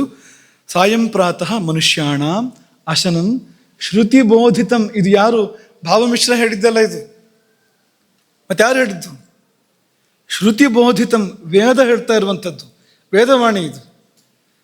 ಏನಪ್ಪ ಅಂದರೆ ಹಗಲೊಮ್ಮೆ, ರಾತ್ರಿ ಒಮ್ಮೆ, ಸಾಯಂಕಾಲ ಒಮ್ಮೆ ಊಟ ಮಾಡು. ನಾಂತರ ಭೋಜನಂ ಕುರ್ಯಾತ್, ಇದನ್ನು ಬಿಟ್ಟು ಮಧ್ಯೆಯಲ್ಲೂ ಊಟ ಮಾಡಬಾರ್ದು. ಈ 2 ಸಮಯಗಳನ್ನು ಬಿಟ್ಟು ಮಧ್ಯೆಯಲ್ಲೂ ಕೂಡ ಊಟ ಮಾಡಬಾರ್ದು. ನಾಂತರ ಭೋಜನಂ ಕುರ್ಯಾತ್. ನಮಗೆ ಬೇಕಾಗಿರೋ ಭಾಗ ಮುಂದಕ್ಕಿದೆ. ಅಗ್ನಿಹೋತ್ರ ಸಮೋ ವಿಧಿ. ಈ ವಿಧಿ ಇದೆಯಲ್ಲ, ಇದು ಅಗ್ನಿಹೋತ್ರಕ್ಕೆ ಸಮಾನವಾಗಿರುವಂಥದ್ದು. ಈ ಊಟವೆನ್ನುವುದು ಅಗ್ನಿಹೋತ್ರ ಅಂತ. ಅಗ್ನಿಹೋತ್ರಕ್ಕೂ ಇದೇ ರೀತಿ ವಿಧಿ ಇದೆ. ಸಾಯಂ ಪ್ರಾತಃ ಅಲ್ಲೂ ಕೂಡ ಹಾಗೆ ಇರುವಂಥದ್ದು. ಸೂರ್ಯೋದಯಕ್ಕೆ ಮತ್ತು ಸೂರ್ಯಾಸ್ತಕ್ಕೆ ಅಂತ ಇರುವಂಥದ್ದು. ಅದೇ ಬಗೆಯಲ್ಲಿ ಈ ಊಟವೂ ಕೂಡ ಆ ಹೊತ್ತಲ್ಲ, ಅದೇ ಹೊತ್ತು ಅಂತ ಅನ್ಕೋಬೇಡಿ. ಅಲ್ಲಿ ಸೂರ್ಯೋದಯಕ್ಕೆ ಮಾಡ್ತಾರೆ, ಇಲ್ಲಿ ಸೂರ್ಯೋದಯಕ್ಕೆ ಮಾಡಬಾರ್ದು, ಖಂಡಿತ ಮಾಡಬಾರ್ದು, ಯಾವುದೇ ಕಾರಣಕ್ಕೂ ಮಾಡಬಾರ್ದು. ಸಂಧ್ಯಾಕಾಲ ಅದು ಅತ್ಯಂತ ನಿಷಿದ್ಧವಾಗಿರುವಂಥ ಕಾಲ. ಆದರೆ 2 ಸಾರಿ ಮಾಡಬೇಕು ಅನ್ನೋದು. ಈಗ ಅಗ್ನಿಹೋತ್ರ ಅನ್ನುವಾಗ ಇವತ್ತೇನೋ ವಿಶೇಷ ಮನ್ಸು ಬಂತಂದ್ರೆ ಮಧ್ಯಾಹ್ನ ಒಂದು ಸರಿ ಮಾಡಿಬಿಡೋದು, ಮಧ್ಯಾಹ್ನ ಮೇಲೆ ಮತ್ತೊಂದು ಸತಿ ಇದೆಲ್ಲ ಮಾಡೋ ಹಾಗಿಲ್ಲ. ಅದು ಬೆಳಗ್ಗೆ ಒಮ್ಮೆ ಸಾಯಂಕಾಲ ಒಮ್ಮೆ ಅಂದರೆ ಅಷ್ಟೇ ಅದು ಅಂತ ಆಗಲೇ ಮಾಡೋಕ್ಕಿರುವಂಥದ್ದು ಹೊರತು ಮಧ್ಯೆ ಮಧ್ಯೆ ನೆನಪಾದಾಗಲೇ ಅಗ್ನಿಹೋತ್ರ ಮಾಡೋಕ್ಕೆ ಸಾಧ್ಯವಾ? ಸಾಧ್ಯ ಇಲ್ಲ ಅಲ್ವಾ? ಅಗ್ನಿಹೋತ್ರ ಆಗೋದಿಲ್ಲ ಅಲ್ವಾ? ಅದು ಹಾಗೆ ಊಟವೂ ಕೂಡ ಅಂತ ಅದು ಅಗ್ನಿಹೋತ್ರ ಅದು. ಹಾಗಾಗಿ ಅದನ್ನು 2 ಬಾರಿ ಮಾಡಬೇಕು. 2 ಸಮಯ ಏನು ಹೇಳಿದೆಯೋ ಆ ಸಮಯದಲ್ಲಿ ಮಾಡಬೇಕು ಅನ್ನುವಾಗ ವೇದ ಭೋಜನವನ್ನು ಅಗ್ನಿಹೋತ್ರ ಎಂಬುದಾಗಿ ಹೇಳ್ತು. ಅಗ್ನಿಹೋತ್ರಕ್ಕೆ ಸಮವಾದ ವಿಧಿ ಎಂಬುದಾಗಿ ಹೇಳ್ತು ಎಂಬುದನ್ನು ನಾವು 2 ಕಡೆಯಿಂದ ಭಾವಮಿಶ್ರರ ಮೂಲಕವಾಗಿ, ಭಾವಪ್ರಕಾಶ ಗ್ರಂಥದ ಮೂಲಕವಾಗಿ, ವೇದದ ಮೂಲಕವಾಗಿ ನಾವು ತಿಳ್ಕೊಳ್ಳೋಕ್ಕಿರೋವಂಥದ್ದು. ಇನ್ನು ಚರಕ ಸಂಹಿತೆ ಏನು ಹೇಳುತ್ತೆ ಅಂದರೆ, ಸರಿಯಾಗಿ ಉಣ್ಣುವವನು ಆಹಿತಾಗ್ನಿ, ಅಗ್ನಿಹೋತ್ರಿ ಅಂತ ಹೇಳ್ತಾ ಇದೆ ಚರಕ ಸಂಹಿತೆ. ನೋಡಿ, ಅಗ್ನಿಹೋತ್ರ ನಡೆಸುವಂಥದ್ದು ತುಂಬ ಕಷ್ಟ. ಈ ನಮ್ಮ ಕಾಲದಲ್ಲಿ, ನಮ್ಮ ತಲೆಮಾರಲ್ಲಿ ಯಾರಾದರೂ ನಮ್ಮ ಈ ಬಳಗದಲ್ಲಿ ಅಗ್ನಿಹೋತ್ರಗಳಾಗ್ತಾರೆ ಅಂತ ತುಂಬ ಪ್ರಯತ್ನ ಮಾಡಿದ್ದೇವೆ. ಕೊನೆಗೆ ಇತ್ತೀಚೆಗೆ ನಮಗೆ ಮಂಜುನಾಥ್ ಭಟ್ರು ಸಿಕ್ಕಿದ್ರು. ಇಲ್ಲಿ ಅಗ್ನಿಹೋತ್ರ ನಾವು ಪ್ರಾರಂಭ ಮಾಡೋಕ್ಕೆ ಸಾಧ್ಯ ಆಯಿತು. ಅಂದರೆ ಎಷ್ಟು ನಾವು ಅನೇಕರಿಗೆ ಹೇಳಿದ್ದೇವೆ, ಅನೇಕರಿಗೆ ಚರ್ಚೆ ಮಾಡಿದ್ದೇವೆ, ಆದರೆ ಅದು ಸಾಧ್ಯ ಆಗಲಿಲ್ಲ ಅಂತ. ಇಷ್ಟು ಸಮಯ ಕಳೆದು ಹತ್ತತ್ರ 1 ತಲೆಮಾರು ಅಂತ ಅನ್ಬೋದು, ಅಷ್ಟು ಕಳೆದು ನಮಗೊಬ್ಬರು ಅಗ್ನಿಹೋತ್ರ ಮಾಡೋವಂಥವ್ರು ಸಿಕ್ಕಿದ್ರು. ತುಂಬ ಫಲ ಇದೆ ಅಗ್ನಿಹೋತ್ರಕ್ಕೆ. ಆ ಸಂದರ್ಭ ನಿಮಗೆ ನೆನಪಿದೆಯಲ್ವಾ? ಜಟಾಯು ಮರಣಾಸನ್ನನಾದಾಗ ರಾಮ ಮಾಡುವ ಆಶೀರ್ವಾದ, ಅಗ್ನಿಹೋತ್ರಗಳಿಗೆ ಸಿಗುವ ಲೋಕ ನಿನಗೆ ಸಿಗಲಿ ಅಂತ. ಅಷ್ಟು ದೊಡ್ಡದು ಅಗ್ನಿಹೋತ್ರ ಅಂದರೆ. ಆದರೆ ಅಗ್ನಿಹೋತ್ರ ಮಾಡೋಕ್ಕೆ ಸಾಧ್ಯ ಆಗದಿದ್ದರೂ ಸದೃಶವಾದ ಫಲ ಪಡೆಯೋಕ್ಕೆ ಸಾಧ್ಯ ಇದೆ. ಹೇಗೆ ಅಂದರೆ ಸರಿಯಾಗಿ ಊಟ ಮಾಡಿದರೆ ಅಂತ. ಅಂದರೆ ಅದರ ಮಹತ್ವವನ್ನು ನೀವು ಗಮನಿಸಬೇಕು. ಇದ್ಯಾರೋ ನಾವು ಹೀಗೆ ಅತಿಶಯೋಕ್ತಿ ಹೇಳ್ತಾ ಇರೋದಿಲ್ಲ, ನಿಮಗೆ ಆಚಾರ್ಯರುಗಳ ವಚನವನ್ನು ನಿಮ್ಗೆ ಉಲ್ಲೇಖ ಮಾಡಿ ಕೊಡ್ತಾ ಇರುವಂಥದ್ದು. ಚರಕರ ಮಾತು, ಹಿತಾಭಿರ್ಜುಹುಯಾತ್ ನಿತ್ಯಂ ಅಂತರಗ್ನಿಂ ಸಮಾಹಿತ. ಸಮಾಹಿತ ಅಂದರೆ ಸಮಾಧಾನ ಚಿತ್ತನಾಗಿ. ಹೇಗೆ ಯಜ್ಞಕ್ಕೆ ಸಮಾಧಾನ ಬೇಕೋ, ಏಕಾಗ್ರತೆ ಬೇಕೋ, ಗಬ ತಿನ್ನೋದಲ್ಲ ಊಟ ಮಾಡೋದು ಅಂತಂದರೆ ಅಲ್ವಾ? ಈ ಬಕ ಊಟ ಮಾಡೋದು ಅಂತ ಹೇಳ್ತಾರೆ, ಕೇಳಿದಾರೆ ನೀವು? ಬಕ ತಿಂದ ಅಂತ ಹೇಳ್ತಾರೆ. ಏನು, ಯಾಕೆ ಹಾಗೆ ಹೇಳ್ತಾರೆ? ಬಕ ಅಂತ ಒಬ್ಬ ಇದ್ದ ಹಿಂದೆ ದ್ವಾಪರ ಯುಗದಲ್ಲಿ ಅಲ್ವಾ, ಬಂಡಿ ಊಟ ಮಾಡೋನು. ಅವನು ಬಕ ತಿಂತ ಇದ್ದ, ಅವನ ಥರ ತಿನ್ಬೇಡ ಅಂತ ಅವ್ರು ಹೇಳ್ತಾ ಇರೋದು, ಬಕ ತಿನ್ಬೇಡ ಅಂತ. ಆ ತರಹ ಅಲ್ಲ, ಸಮಾಹಿತ ಅಂದರೆ ಸಮಾಧಾನ ಚಿತ್ತನಾಗಿ, ಅನ್ನದ ಮೇಲೆ ಏಕಾಗ್ರನಾಗಿ, ತನ್ಮನಾ ಭುಂಜಿತ, ಅನ್ನದ ಮೇಲೆ ಏಕಾಗ್ರನಾಗಿ, ಹಿತವಾದುದನ್ನು ಸೇವಿಸು ಅಂತ ಹೇಳ್ತಾ ಇಲ್ಲ ಚರಕರು, ಹಿತವಾದುದನ್ನು ಹೋಮಿಸು ಅಂತ. ಜುಹುಯಾತ್ ಎಲ್ಲಿ ಅಂದರೆ ಅಂತರಗ್ನವು, ಒಳಗಿರುವ ಅಗ್ನಿಯಲ್ಲಿ ಈ ತುತ್ತುಗಳನ್ನು ಹೋಮ ಮಾಡು. ಅನ್ನಪಾನ ಸಮಿದ್ಭಿಹಿ ನಾ. ಏನಪ್ಪ ಹವಿಸ್ಸುಗಳು ಅಂದರೆ ಅನ್ನಪಾನ, ಇದೇ ಸಮಿತ್ತು ಅಂತ. ಅನ್ನಪಾನ ಸಮಿದ್ಭಿಹಿ ನಾ ಮಾತ್ರ ಕಾಲು ವಿಚಾರಯನ್. 2 ಸಂಗತಿ ಮನಸ್ಸಲ್ಲಿ ಇಟ್ಕೋ. ಒಂದು ಮಾತ್ರ, ಆ ಪ್ರಮಾಣ ಹೆಚ್ಚು ಕಡಿಮೆ ಆಗಬಾರ್ದು. ಈ ಆಹುತಿ ಕೊಡುವಾಗಲೂ ಕೂಡ ಪ್ರಮಾಣ ಇದೆ, ಅದಕ್ಕೂ ಎಷ್ಟು ಹಾಕಬೇಕು ಅಂತ. ಎಷ್ಟೆಷ್ಟಾರು ಹಾಕೋದಲ್ಲ, ಅಥವಾ ಚೂರು ಹಾಕ್ತಾರೆ ಕೆಲವರು ಹೋಮ ಮಾಡುವಾಗ. ಹಾಗೂ ಅಲ್ಲ, ಪ್ರಮಾಣ ಇದೆ ಅದಕ್ಕೆ. ಹಾಗೆ ಊಟಕ್ಕೂ ಕೂಡ ಪ್ರಮಾಣ ಇದೆ. ಮಾತ್ರ, ಕಾಲವೂ ಇದೆ, ಯಾವಾಗ ಊಟ ಮಾಡಬೇಕು ಅಂತ. ಕಾಲ ಮತ್ತು ಮಾತ್ರೆ ಎರಡನ್ನು ಗಮನಿಸ್ಕೊಂಡು ಈ ಆಹುತಿಗಳನ್ನು ಪ್ರಾಣಾಗ್ನಿ, ಇದು ಜಠರಾಗ್ನಿಗೆ ಹೋಮಿಸಬೇಕು, ಜಠರಾಗ್ನಿಯಲ್ಲಿ ಹೋಮಿಸಬೇಕು ಎಂಬುದಾಗಿ ಹೇಳಿ ಫಲಶ್ರುತಿ ಹೇಳ್ತಾರೆ ಮಧುಕವರು. ಆಹಿತಾಗ್ನಿ, ಅವನು ಆಹಿತಾಗ್ನಿ, ಅವನು ಅಗ್ನಿಹೋತ್ರಿ. ಯಾರು? ಸದಾ ಪಥ್ಯಾನಿ ಅಂತರಗ್ನೂ ಜುಹೋತಿ ಯಹ. ಪಥ್ಯವಾದ ಆಹಾರವನ್ನು, ಅಂದರೆ ಶುಭವಾದ ಹಿತವಾದ ಆಹಾರವನ್ನು ಯಾರು ಊಟ ಮಾಡ್ತಾನೋ, ಅಂತರಗ್ನಿಯಲ್ಲಿ ಯಾರು ಹೋಮಿಸ್ತಾನೋ ಅವನು ಸದಾ ಆಹಿತಾಗ್ನಿ, ಅಗ್ನಿಹೋತ್ರಿ. ಒಂದು ಸಣ್ಣ, ಈಗ ಔಷಧ ಜೊತೆಗೆ ಪಥ್ಯ ಹೇಳ್ತಾರಲ್ಲ, ಹಾಗೆ ಇದನ್ನು ಕೂಡ ಹೇಳ್ತಾರೆ ಅವರು. ಏನಂದರೆ ಜೊತೆಯಲ್ಲಿ ಊಟ ಸರಿಯಾಗಿ ಮಾಡೋದ್ರ ಜೊತೆಯಲ್ಲಿ ದಿವಸೇ ಬ್ರಹ್ಮ ಜಪತಿ, ಜಪ ಮಾಡು ದಿನವೂ ಕೂಡ. ಬ್ರಹ್ಮ ಜಪತಿ ಅಂದರೆ, ಬ್ರಹ್ಮ ಅಂದರೆ ಓಂಕಾರದ ಜಪ ಮಾಡು. ಅದು ಯಾರಿಗೆ ಓಂಕಾರದ ಅಧಿಕಾರ ಇದೆಯೋ, ಓಂಕಾರ ಮಾತ್ರ ಜಪವನ್ನು ಯಾರು ಮಾಡ್ಬೋದು ಅಂಥವ್ರು ಸನ್ಯಾಸಿಗಳು. ಅಥವಾ ಓಂಕಾರಯುಕ್ತವಾದ ಮಂತ್ರಗಳು, ಅಥವಾ ವೇದಗಳು, ಅಥವಾ ಇನ್ನಿತರ ಮಂತ್ರಗಳು, ಯಾವುದೇ ಮಂತ್ರಗಳು, ಅವೆಲ್ಲ ಓಂಕಾರದಲ್ಲೇ ಬಂದಿರತಕ್ಕಂಥದ್ದು, ಓಂಕಾರ ಸ್ವರೂಪವೇ ಎಲ್ಲ ಮಂತ್ರಗಳು ಕೂಡ. ಹಾಗಾಗಿ ನಿತ್ಯವೂ ಕೂಡ ಜಪ ಮಾಡು. ದಿವಸೇ ಬ್ರಹ್ಮ ಜಪತಿ ಅಥ ದದಾತಿ ಚಾಂದ್, ದಾನ ಮಾಡು. ಇದೆರಡು ಮಾಡು ಜೊತೆಯಲ್ಲಿ. ದಿವಸೇ ಬ್ರಹ್ಮ ಜಪತಿ ಅಥ ದದಾತಿ ಚ, ಸರಿಯಾಗಿ ಊಟ ಮಾಡು ಮತ್ತು ಜಪ ಮಾಡು, ದಾನ ಮಾಡು ಅಂತ ಜೊತೆಯಲ್ಲಿ ಎರಡು ಹೇಳಿದ್ರು. ಇಷ್ಟು ಮಾಡಿದ್ರೆ ಏನಾಗುತ್ತೆ ಅಂದರೆ ನರಂ ನಿಶ್ರೇಯಸೇ ಯುಕ್ತಂ, ಮುಕ್ತಿಗೆ ಹೋಗ್ತೀಯ ನೀನು. ಶ್ರೇಯಸ್ಸು ಅಂದರೆ ಒಂದು ಹಂತ, ಅದು ನಿಶ್ರೇಯಸ ಅಂದರೆ ಅದಕ್ಕಿಂತ ದೊಡ್ಡ ಶ್ರೇಯಸ್ಸಿಲ್ಲ, ಮುಕ್ತಿ ಅದು. ಅಂತಹ ಸಾತ್ಮ್ಯಜ್ಞಂ ಪಾನಭೋಜನೆ, ಪಾನಭೋಜನ ಅಂದರೆ ಉಣ್ಣೋದು ಮತ್ತು ಕುಡಿಯೋದು, ಅನ್ನಪಾನ. ಇದರಲ್ಲಿ ಸಾತ್ಮ್ಯ, ಅದು ಯಾವುದು ಹಿತ ಯಾವುದು ಹಿತ ಅಲ್ಲ, ಯಾವುದು ಒಗ್ಗೋದಿಲ್ಲ ಅನ್ನೋ ಕಲ್ಪನೆ ಇದ್ಕೊಂಡು ಯಾರು ಊಟ ಮಾಡ್ತಾ ಇರ್ತಾನೋ ಅವನು ಯಾವತ್ತೂ ರೋಗಿ ಆಗೋದಿಲ್ಲ, ಅವನನ್ನು ರೋಗಗಳು ಮುಟ್ಟೋದೇ ಇಲ್ಲ. ಭಜಂತೆ ನಾಮಯ ಕೇಚಿತ್. ಈ ಅಗ್ನಿಹೋತ್ರಿ ಯಾರಿದಾನೋ, ಅಗ್ನಿಹೋತ್ರಿಯನ್ನು ನಿತ್ಯಾಗ್ನಿಹೋತ್ರಿ ಅಂದರೆ ಈ ಭೋಜನವೆಂಬ ಅಗ್ನಿಹೋತ್ರವನ್ನು, ಪ್ರಾಣಾಗ್ನಿಹೋತ್ರವನ್ನು ಯಾರು ನಿರ್ವಾಹ ಮಾಡ್ತಾನೋ ಅವನನ್ನು ರೋಗಗಳು ಮುಟ್ಟೋದಿಲ್ಲ. ಮುಂದಿನ ಜನ್ಮದಲ್ಲೂ ಅಂತ ಹೇಳಿದ್ರು, ಈ ಜನ್ಮ ಮಾತ್ರ ಅಲ್ಲ. ಭಾವಿನೋಪ್ಯಂತರಾದೃತೆ, ಮುಂದಿನ ಜನ್ಮದಲ್ಲೂ ಕೂಡ ಅವನಿಗೆ ರೋಗ ಬರೋದಿಲ್ಲ, ಈ ಜನ್ಮ ಮಾತ್ರ ಅಲ್ಲ. ಸತ್ತು ಮತ್ತೆ ಹುಟ್ಟಿದರೆ ಒಂದು ವೇಳೆ ಆಗಲೂ ಕೂಡ ರೋಗ ಬರೋದಿಲ್ಲ. ಯಾಕೆಂದರೆ ಪಾಪಗಳು ಕ್ಷಯಿಸಿವೆ ಎರಡು ರೀತಿಯಿಂದ. ಒಂದು ಅವನ ಜಪ ಮತ್ತು ದಾನದಿಂದಾಗಿ, ಇನ್ನೊಂದು ಈ ಊಟ ಇದೆಯಲ್ಲ ಇದೇ ಯಜ್ಞ ಆಯಿತು, ಪಾಪಗಳು ಪರಿಹಾರ ಆದವು. ಮುಂದಿನ ಜನ್ಮಕ್ಕೂ ಕೂಡ ರೋಗ ಬರೋದಿಲ್ಲ. ರೋಗ ಬರಬೇಕಾದ್ರೆ ಪಾಪ ಬೇಕು, ಪಾಪ ಇದ್ದೇ ರೋಗ ಬರೋದಿಲ್ಲ. ಹಾಗಾಗಿ ನೀವು ರೋಗ ಪರಿಹಾರ ಮಾಡ್ಕೊಡೋದು ಮಾತ್ರ ಅಲ್ಲ, ಸರಿಯಾಗಿ ಊಟ ಮಾಡಿದರೆ ಪಾಪ ಪರಿಹಾರ ಕೂಡ ಮಾಡ್ಕೊಳ್ಳೋಕೆ ಸಾಧ್ಯ ಇದೆ ಎಂಬುದಾಗಿ ಚರಕರು ಹೇಳಿದರು. ಹಾಗಾಗಿ 2 ಹೊತ್ತು ಸರಿಯಾಗಿ ಊಟ ಮಾಡಿದರೆ ಅಗ್ನಿಹೋತ್ರ ಮಾಡಿದಂತೆ ಆಯಿತು. ಸರಿಯಾಗಿ ಊಟ ಮಾಡಿದರೆ ಅಂತ.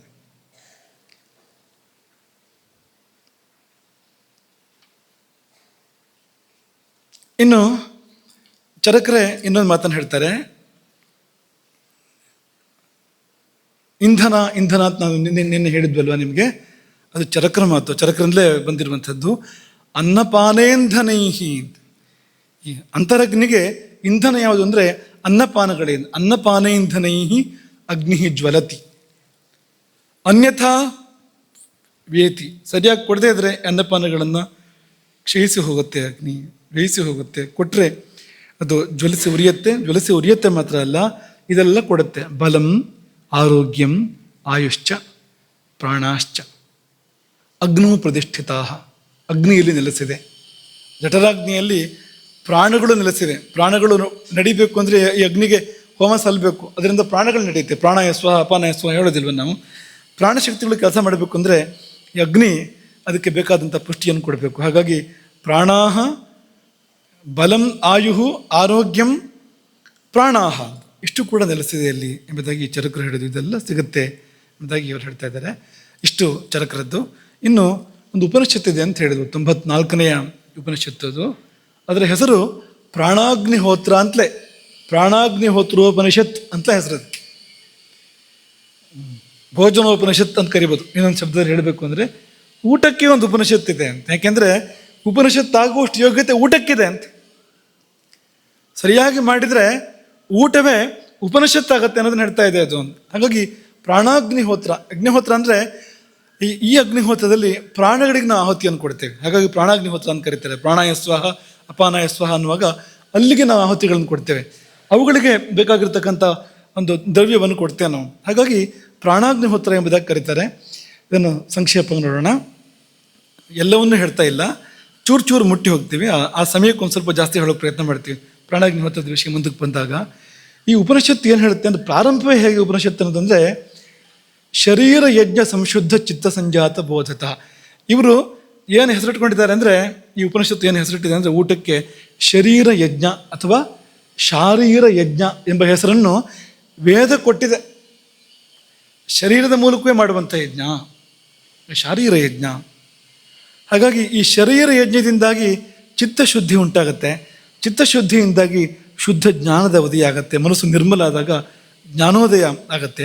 ಅದರಿಂದಾಗಿ ರಾಮಪದವನ್ನು ಸೇರಬಹುದು ಎಂಬುದಾಗಿ ಶುರು ಮಾಡೋದು ಈ ಉಪನಿಷತ್ತು. ಮನಯೋ ಯತ್ ಪದಂ ಯಾಂತಿ ತದ್ ರಾಮಪದಂ ಆಶ್ರಯೇಯ. ರಾಮಪದವನ್ನು ಆಶ್ರಯಿಸ್ತೇನೆ, ಯಾಕೆಂದರೆ ಮುನಿಗಳು ರಾಮಪದವನ್ನು ಸೇರ್ತಾರೆ. ಯಾವುದರಿಂದಾಗಿ ಅಂದರೆ ಭೋಜನ ಶುದ್ಧವಾಗಿ ಮಾಡಿ, ಅದರಿಂದಾಗಿ ಮನಃಶುದ್ಧವಾಗಿ, ಅದರಿಂದಾಗಿ ಜ್ಞಾನೋದಯವಾಗಿ, ಜ್ಞಾನದ ಮೂಲಕವಾಗಿ ಯಾರು ರಾಮನನ್ನು ಸೇರ್ತಾರೋ ಅಂಥ ಮುನಿಗಳನ್ನು ಆಶ್ರಯಿಸ್ತೇನೆ ಅಂತ ಉಪನಿಷತ್ತು ಆರಂಭ ಆಗುವಂಥದ್ದು. ಮುಂದುವರೆದು ಉಪನಿಷತ್ತು ಏನು ಹೇಳುತ್ತೆ ಅಂದರೆ, ಅಥಾತಃ ಅಂತ ಒಂದು ಪ್ರತಿಜ್ಞೆ ಮಾಡಬೇಕು ಆರಂಭದಲ್ಲಿ. ಮುಂದೇನು ಹೇಳಲಿಕ್ಕಿದೆ ಅನ್ನೋದನ್ನು ಪ್ರತಿಜ್ಞೆ ಮಾಡಬೇಕು. ಪ್ರತಿಜ್ಞೆ ಹೇಗೆ ಮಾಡುತ್ತೆ ಅಂದರೆ ಅಥಾತಃ ಸರ್ವೋಪನಿಷತ್ ಸಾರಂ, ಈ 108 ಉಪನಿಷತ್ತುಗಳ ಸಾರ ಬಂದು ಹೇಳ್ತೇನೆ. ಭೋಜನ ಅನ್ನೋದು, ಈ ಪ್ರಾಣಾಗ್ನಿಹೋತ್ರ ಅನ್ನೋದು ಎಲ್ಲ ಉಪನಿಷತ್ತುಗಳ ಸಾರ ಅಂತ. ಸರ್ವೋಪನಿಷತ್ ಸಾರಂ ಸಂಸಾರ ಜ್ಞಾನಾತೀತಂ, ಈ ಸಂಸಾರವನ್ನು ಮೀರಿ ಹೋಗಲಿಕ್ಕೆ ಸಾಧ್ಯ ಇದೆ ನಮಗೆ, ಅಂಥದ್ದದು. ಅನ್ನ ಸೂಕ್ತಂ ಶಾರೀರ ಯಜ್ಞಂ ವ್ಯಾಖ್ಯಾಸ್ಯಾಮ, ಶಾರೀರ ಯಜ್ಞವನ್ನು ವ್ಯಾಖ್ಯಾನ ಮಾಡ್ತೇನೆ ಎಂಬುದಾಗಿ ಅವರು ಶುರು ಮಾಡುವಂಥದ್ದು. ಆಮೇಲೆ ಒಂದು ಮಾತು ಹೇಳ್ತಾರೆ ಅವರು, ಏನೊಂದು ಯಸ್ಮಿನ್ನೇವ ಪುರುಷಃ ಶರೀರೇ ವಿನಾಪಿ ಅಗ್ನಿಹೋತ್ರೇಣ ವಿನಾಪಿ ಸಾಂಖ್ಯಯೋಗೇನ ಸಂಸಾರ ವಿಮುಕ್ತಿರ್ಭವತಿ. ಅಗ್ನಿಹೋತ್ರವನ್ನು ಮಾಡ್ತಾ ಇಲ್ಲ, ಸಾಂಖ್ಯಯೋಗಗಳು ಜ್ಞಾನಯೋಗವೋ ಕರ್ಮಯೋಗವೋ ಇಂಥದ್ದನ್ನು ಮಾಡ್ತಾ ಇಲ್ಲ, ಅದರ ಮುಕ್ತಿಗೆ ಹೋಗ್ತಾನೆ. ಯಾವುದರಿಂದ ಅಂದರೆ ಊಟದಿಂದ. ಈಗ ಸಾಂಖ್ಯ ವಿನಾಪಿ ಅಗ್ನಿಹೋತ್ರೇಣ ವಿನಾಪಿ ಸಾಂಖ್ಯಯೋಗೇನ ಸಂಸಾರ ವಿಮುಕ್ತಿರ್ಭವತಿ. ಇವರು ಶರೀರವನ್ನು ಯಾಗಶಾಲೆ ಅಂತ ಕರೆದಿದ್ದಾರೆ. ಸ್ವಶರೀರೇ ಯಜ್ಞಂ ಪರಿವರ್ತಯಾಮಿ, ಇಲ್ಲೇ ಯಜ್ಞ ಮಾಡ್ತೇನೆ, ಶರೀರದ ಒಳಗೆ ಯಜ್ಞ ಮಾಡ್ತೇನೆ ಅಂತ ಹೇಳ್ತಾರೆ ಅವರು. ಆಮೇಲೆ ಕೋಷ್ಠಾಗ್ನಿ ಅಂತ ಕರೀತಾರೆ ಅವರು. ಕೋಷ್ಠಾಗ್ನಿ, ಕೋಷ್ಠ ಅಂದರೆ ಆ ಕೋಷ್ಠ ಶಬ್ದದಿಂದಲೇ ಹೊಟ್ಟೆ ಶಬ್ದ ಬಂದಿದೆ. ಈ ಕಕಾರ ಹಕಾರ ಹತ್ರ ಯಾವಾಗಲು ಅಕುಹ ವಿಸರ್ಜನೀಯಾನ ಕಂಠ ಅಲ್ವಾ. ಅಕಾರ ಕವರ್ಗ ಹಕಾರ ಎಲ್ಲಕ್ಕೂ ಕಂಠವೇ ಅಲ್ವಾ. ಕವರ್ಗಕ್ಕೆ ಹಕಾರಕ್ಕೆ ಸ್ವಲ್ಪ ಹತ್ರ ಇದೆ, ಹಾಗಾಗಿ ಈ ಕೆಲವು ಕಡೆಲ್ಲ ಗಕ್ಕೆ ಹಾ ಅಂತ ಹೇಳೋದು ಹೀಗೆಲ್ಲ ಆಗ್ತಾ ಇರುತ್ತೆ. ಹಾಕಿ ಗ ಅಂತ ಹೇಳೋದು ಎಲ್ಲ ಮಾಡ್ತಾ ಇರ್ತಾರೆ. ಆಹಾರ ಅಂತಕ್ಕೆ ಆಗಾರ ಅಂತ ಹೇಳೋದು ಎಲ್ಲ ಮಾಡ್ತಾ ಇರ್ತಾರೆ, ಯಾಕೆಂದ್ರೆ ಹತ್ರ ಇದೆ ಅದು ಅಂತ. ಹಾಗಾಗಿ ಈ ಕೋ ಹೋಗಿ ಹೋ ಆಗಿದೆ. ಷ್ಠ ಹೇಳೋಕ್ಕೆ ಕಷ್ಟ ಆಗಿ ಟಾಕಿ ಟಾವತ್ ಬಂದಿದೆ ಅಲ್ಲಿ ಬರ್ತಾ ಬರ್ತಾ. ಹಾಗಾಗಿ ಈ ಕೋಷ್ಠ ಹೋಗಿ ಹೊಟ್ಟೆಯಾಗಿ ಕೂತಿದೆ ಅಂತ ಕ್ರಮೇಣ ಅಂತ. ಕೋಷ್ಠ ಅಂದರೆ ಹೊಟ್ಟೆ, ಕೋಷ್ಠಾಗ್ನಿಯಿಂದ ಹೊಟ್ಟೆಯಲ್ಲಿರ್ತಕ್ಕಂಥ ಅಗ್ನಿ. ಈ ಕೋಷ್ಠಾಗ್ನಿಗೆ ಆಹುತಿಗಳನ್ನು ಕೊಡಬೇಕು ಅಂತ ಹೇಳ್ತಾರೆ ಅವರು. ಕೋಷ್ಠಾಗ್ನಿರ್ನಾಮ ಅಂಥೇಳಿ ಏನು ಆಹುತಿಗಳು ಅಂದರೆ ಅಶಿತ, ಪೀತ, ಲೀಢ, ಖಾದಿತ. ಅಶಿತ, ಪೀತ, ಲೀಢ, ಖಾದಿತ ಅಂದರೆ ಬೇರೆ ಬೇರೆ ಬಗೆಯ ಆಹಾರಗಳು.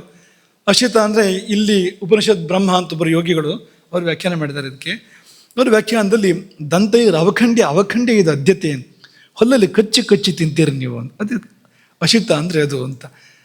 ಅಪೂಪಾದಿ, ಅಪೂಪವೇ ಮೊದಲಾಗಿರುವಂಥದ್ದು, ಅತ್ರಸ ಅಂಥದ್ದರ ಇದೆಯಲ್ಲ ಅದು ದಂತೈಹಿ ಅವಖಂಡ್ಯ ಖಾದ್ಯತೆ ಅಂತ, ಇದು ಅದ್ಯತೆ ಅಂತ, ಅದು ಒಂದಂತೆ. ಇನ್ನು ಪೀತ ಅಂದರೆ ಕುಡಿಯೋಕ್ಕೆ ಬರುವಂಥದ್ದು, ಅದು ಇವರು ಪಾಯಸದ ಉದಾಹರಣೆ ಕೊಟ್ಟಿದ್ದಾರೆ ಇಲ್ಲಿ. ಪಾಯಸನೂ ಕುಡಿಯುವಂಥದ್ದೇ ಅಲ್ವಾ, ಕುಡಿಯೋದು ಸುರಿಯೋದು ಅದು. ಆಮೇಲೆ ಲೀಢ ಅಂತ ನೆಕ್ಕೋದು, ಇದು ನೆಕ್ಕಿ ಕೆಲವೊಂದೆಲ್ಲ ಹೀಗೆ ನೆಕ್ಕಬೇಕಾಗತ್ತೆ ನೋಡಿ ಅಂತ ಅಲ್ವಾ. ತಿನ್ನೋಕ್ಕೂ ಬರೋದಿಲ್ಲ ಅದು, ಕುಡಿಯೋಕ್ಕೂ ಬರೋದಿಲ್ಲ, ನೆಕ್ಕೋಕ್ಕೆ ಬರುತ್ತೆ ಅದು, ಅಂಥದ್ದಿರುತ್ತೆ. ಉದಾಹರಣೆಗೆ ಏನಪ್ಪ ನೀವು ಉಪ್ಪಿನಕಾಯಿಗೆ ಹೋದ್ರಿ ಸೀದಾ, ಬೇರೆ ಯಾವುದೂ ಇಲ್ವಾ?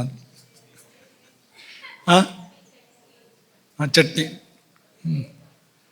ಲೇಹನೆ ಆಯಿತು. ಆಮೇಲೆ ಖಾದಿತ ಅನ್ನೋದಕ್ಕೆ ಇವ್ರು ಕೊಡೋ ವಿವರಣೆ ಚೋಷ್ಯ ಅಂತ ವಿವರಣೆ ಕೊಡ್ತಾರೆ ಅದಕ್ಕೆ. ಚೋಷ್ಯ ಅಂದರೆ ಅದು ಅಗದು ರಸ ಇರೋದು, ರಸ ಮಾತ್ರ ಒಳಗೆ ಹೋಗುತ್ತೆ, ಈ ಗಟ್ಟಿ ಒಂದು ನಿಸ್ಸಾರದ ಭಾಗ ಉಳಿಯುತ್ತೆ ಅಂತ ಅದು ಅಂತ. ಈ 4 ಹೇಳಿದ್ದಾರೆ. 4 ಬಗೆಯ ಆಹುತಿಗಳು ಕೋಷ್ಠಾಗ್ನಿಗೆ ಕೊಡಲ್ಪಡ್ತವೆ. ಅದರಲ್ಲಿ ಇದು ಗಾರ್ಹಪತ್ಯ ಅಂತ ಕರೆದಿದ್ದಾರೆ ಅದನ್ನು. ಈ ಕೋಷ್ಠಾಗ್ನಿಯನ್ನು, ಜಠರಾಗ್ನಿಯನ್ನು ಈ ಉಪನಿಷತ್ತು ಗಾರ್ಹಪತ್ಯೋ ಭೂತ್ವ ನಾಭ್ಯಾಂ ತಿಷ್ಠತಿ, ನಾಭಿಯಲ್ಲಿ ಗಾರ್ಹಪತ್ಯನಾಗಿ ಕೂತ್ಕೊಂಡು ಇದೆಲ್ಲವನ್ನು ಸ್ವೀಕಾರ ಮಾಡ್ತಾ ಇದ್ದಾನೆ ಈ ಅಗ್ನಿ ಎಂಬುದಾಗಿ ಅವರು ವರ್ಣನೆ ಮಾಡ್ತಾರೆ. ತ್ರೇತಾಗ್ನಿಗಳಲ್ಲಿ ಗಾರ್ಹಪತ್ಯವೂ ಕೂಡ ಒಂದು, ದಕ್ಷಿಣಾಗ್ನಿ ಗಾರ್ಹಪತ್ಯ ಆಹ್ವನೀಯ ಅಂತ ಹೇಳ್ತಾರಲ್ವಾ, ಗಾರ್ಹಪತ್ಯವೂ ಕೂಡ ಒಂದು, ಅದೇ ಇಲ್ಲಿ ಕೋಷ್ಠಾಗ್ನಿ ನಾಭಿಯಲ್ಲಿದೆ. ಆಯಿತು, ಯಜ್ಞಕ್ಕೆ ಸುಮಾರೆಲ್ಲ ಬೇಕು, ಅವರೆಲ್ಲ ಎಲ್ಲಿದ್ದಾರೆ? ಯಜಮಾನ ಬೇಕು ಅಲ್ವಾ, ಪತ್ನಿ ಬೇಕು, ಋತ್ವಿಜರು ಬೇಕು, ಅಧ್ವರ್ಯು ಬೇಕು, ಎಲ್ಲ ಯಾರು ಅಂತ ಕೇಳಿದ್ರೆ ಅವರು ಒಂದು ಪಟ್ಟಿ ಕೊಟ್ಬಿಟ್ಟಿದ್ದಾರೆ. ಅಷ್ಟೇ ಶಾರೀರ ಯಜ್ಞಸ್ಯ ಅಂತ ಶುರು ಮಾಡಿಕೊಂಡು ಆತ್ಮ ಯಜಮಾನ, ಬುದ್ಧಿ ಪತ್ನಿ, ವೇದಾ ಮಹರ್ತ್ವಿಜ, ಅಹಂಕಾರ ಅಧ್ವರ್ಯು, ಚಿತ್ತಂ ಹೋತ ಅಂತ ಶುರು ಮಾಡಿಕೊಂಡು ಇಲ್ಲ ಉದಾನನೆ ಉದ್ಗಾತ, ವ್ಯಾನನೆ ಪ್ರಸ್ತೋತ, ಸಮಾನನೆ ಮೈತ್ರಾವರಣ, ಈ ಏನೇನು ಯಜ್ಞದಲ್ಲಿ ಬರ್ತದೆಯೋ ಆ ಎಲ್ಲವನ್ನು ಈ ಶರೀರದಲ್ಲಿ ನಿರೂಪಣೆ ಮಾಡಿದ್ದಾರೆ. ಒಂದೊಂದು ಯಜ್ಞ ಪಾತ್ರಗಳನ್ನು ಕೂಡ ನಿರೂಪಣೆ ಮಾಡಿದ್ದಾರೆ. ಸೃಕ್ಕು ಸ್ರುವ ಎಲ್ಲದನ್ನು ಕೂಡ ನಿರೂಪಣೆ ಮಾಡಿದ್ದಾರೆ. ಇಲ್ಲೇ ಇದೆ ಅಂತ ಎಲ್ಲೋದು ಕೂಡ. ಇದಕ್ಕೆ ಪ್ರತಿನಿಧಿಯಾಗಿ ಹೊರಗಡೆಗೆ ಒಂದು ಯಜ್ಞ ಅಂತ ಬಂದಿರತಕ್ಕಂಥದ್ದು, ಇಲ್ಲಿರುವಂಥದ್ದನ್ನೇ ಹೊರಗೆ ತಂದಿರುವಂಥದ್ದು, ಅಲ್ಲಿ ಪಾತ್ರಗಳಾಗಿ ಅದು ಕಲ್ಪಿತ ಆಗಿದೆ ಅಂತ. ಹಾಗಾಗಿ ಇಲ್ಲೇ ಇದೆ ಅಂತ. ಇಷ್ಟೆಲ್ಲ ಹೇಳಿ ಇನ್ನೂ ತುಂಬ ಇದೆ, ಯಜ್ಞವಾಗಿ ಅದನ್ನು ನಿರೂಪಣೆ ಮಾಡಿಬಿಡ್ತಾರೆ ಪೂರ್ತಿಯವರು. ಕೊನೆ ಮಂತ್ರ ಏನು ಅಂದರೆ ಅದ್ಭುತವಾಗಿದೆ.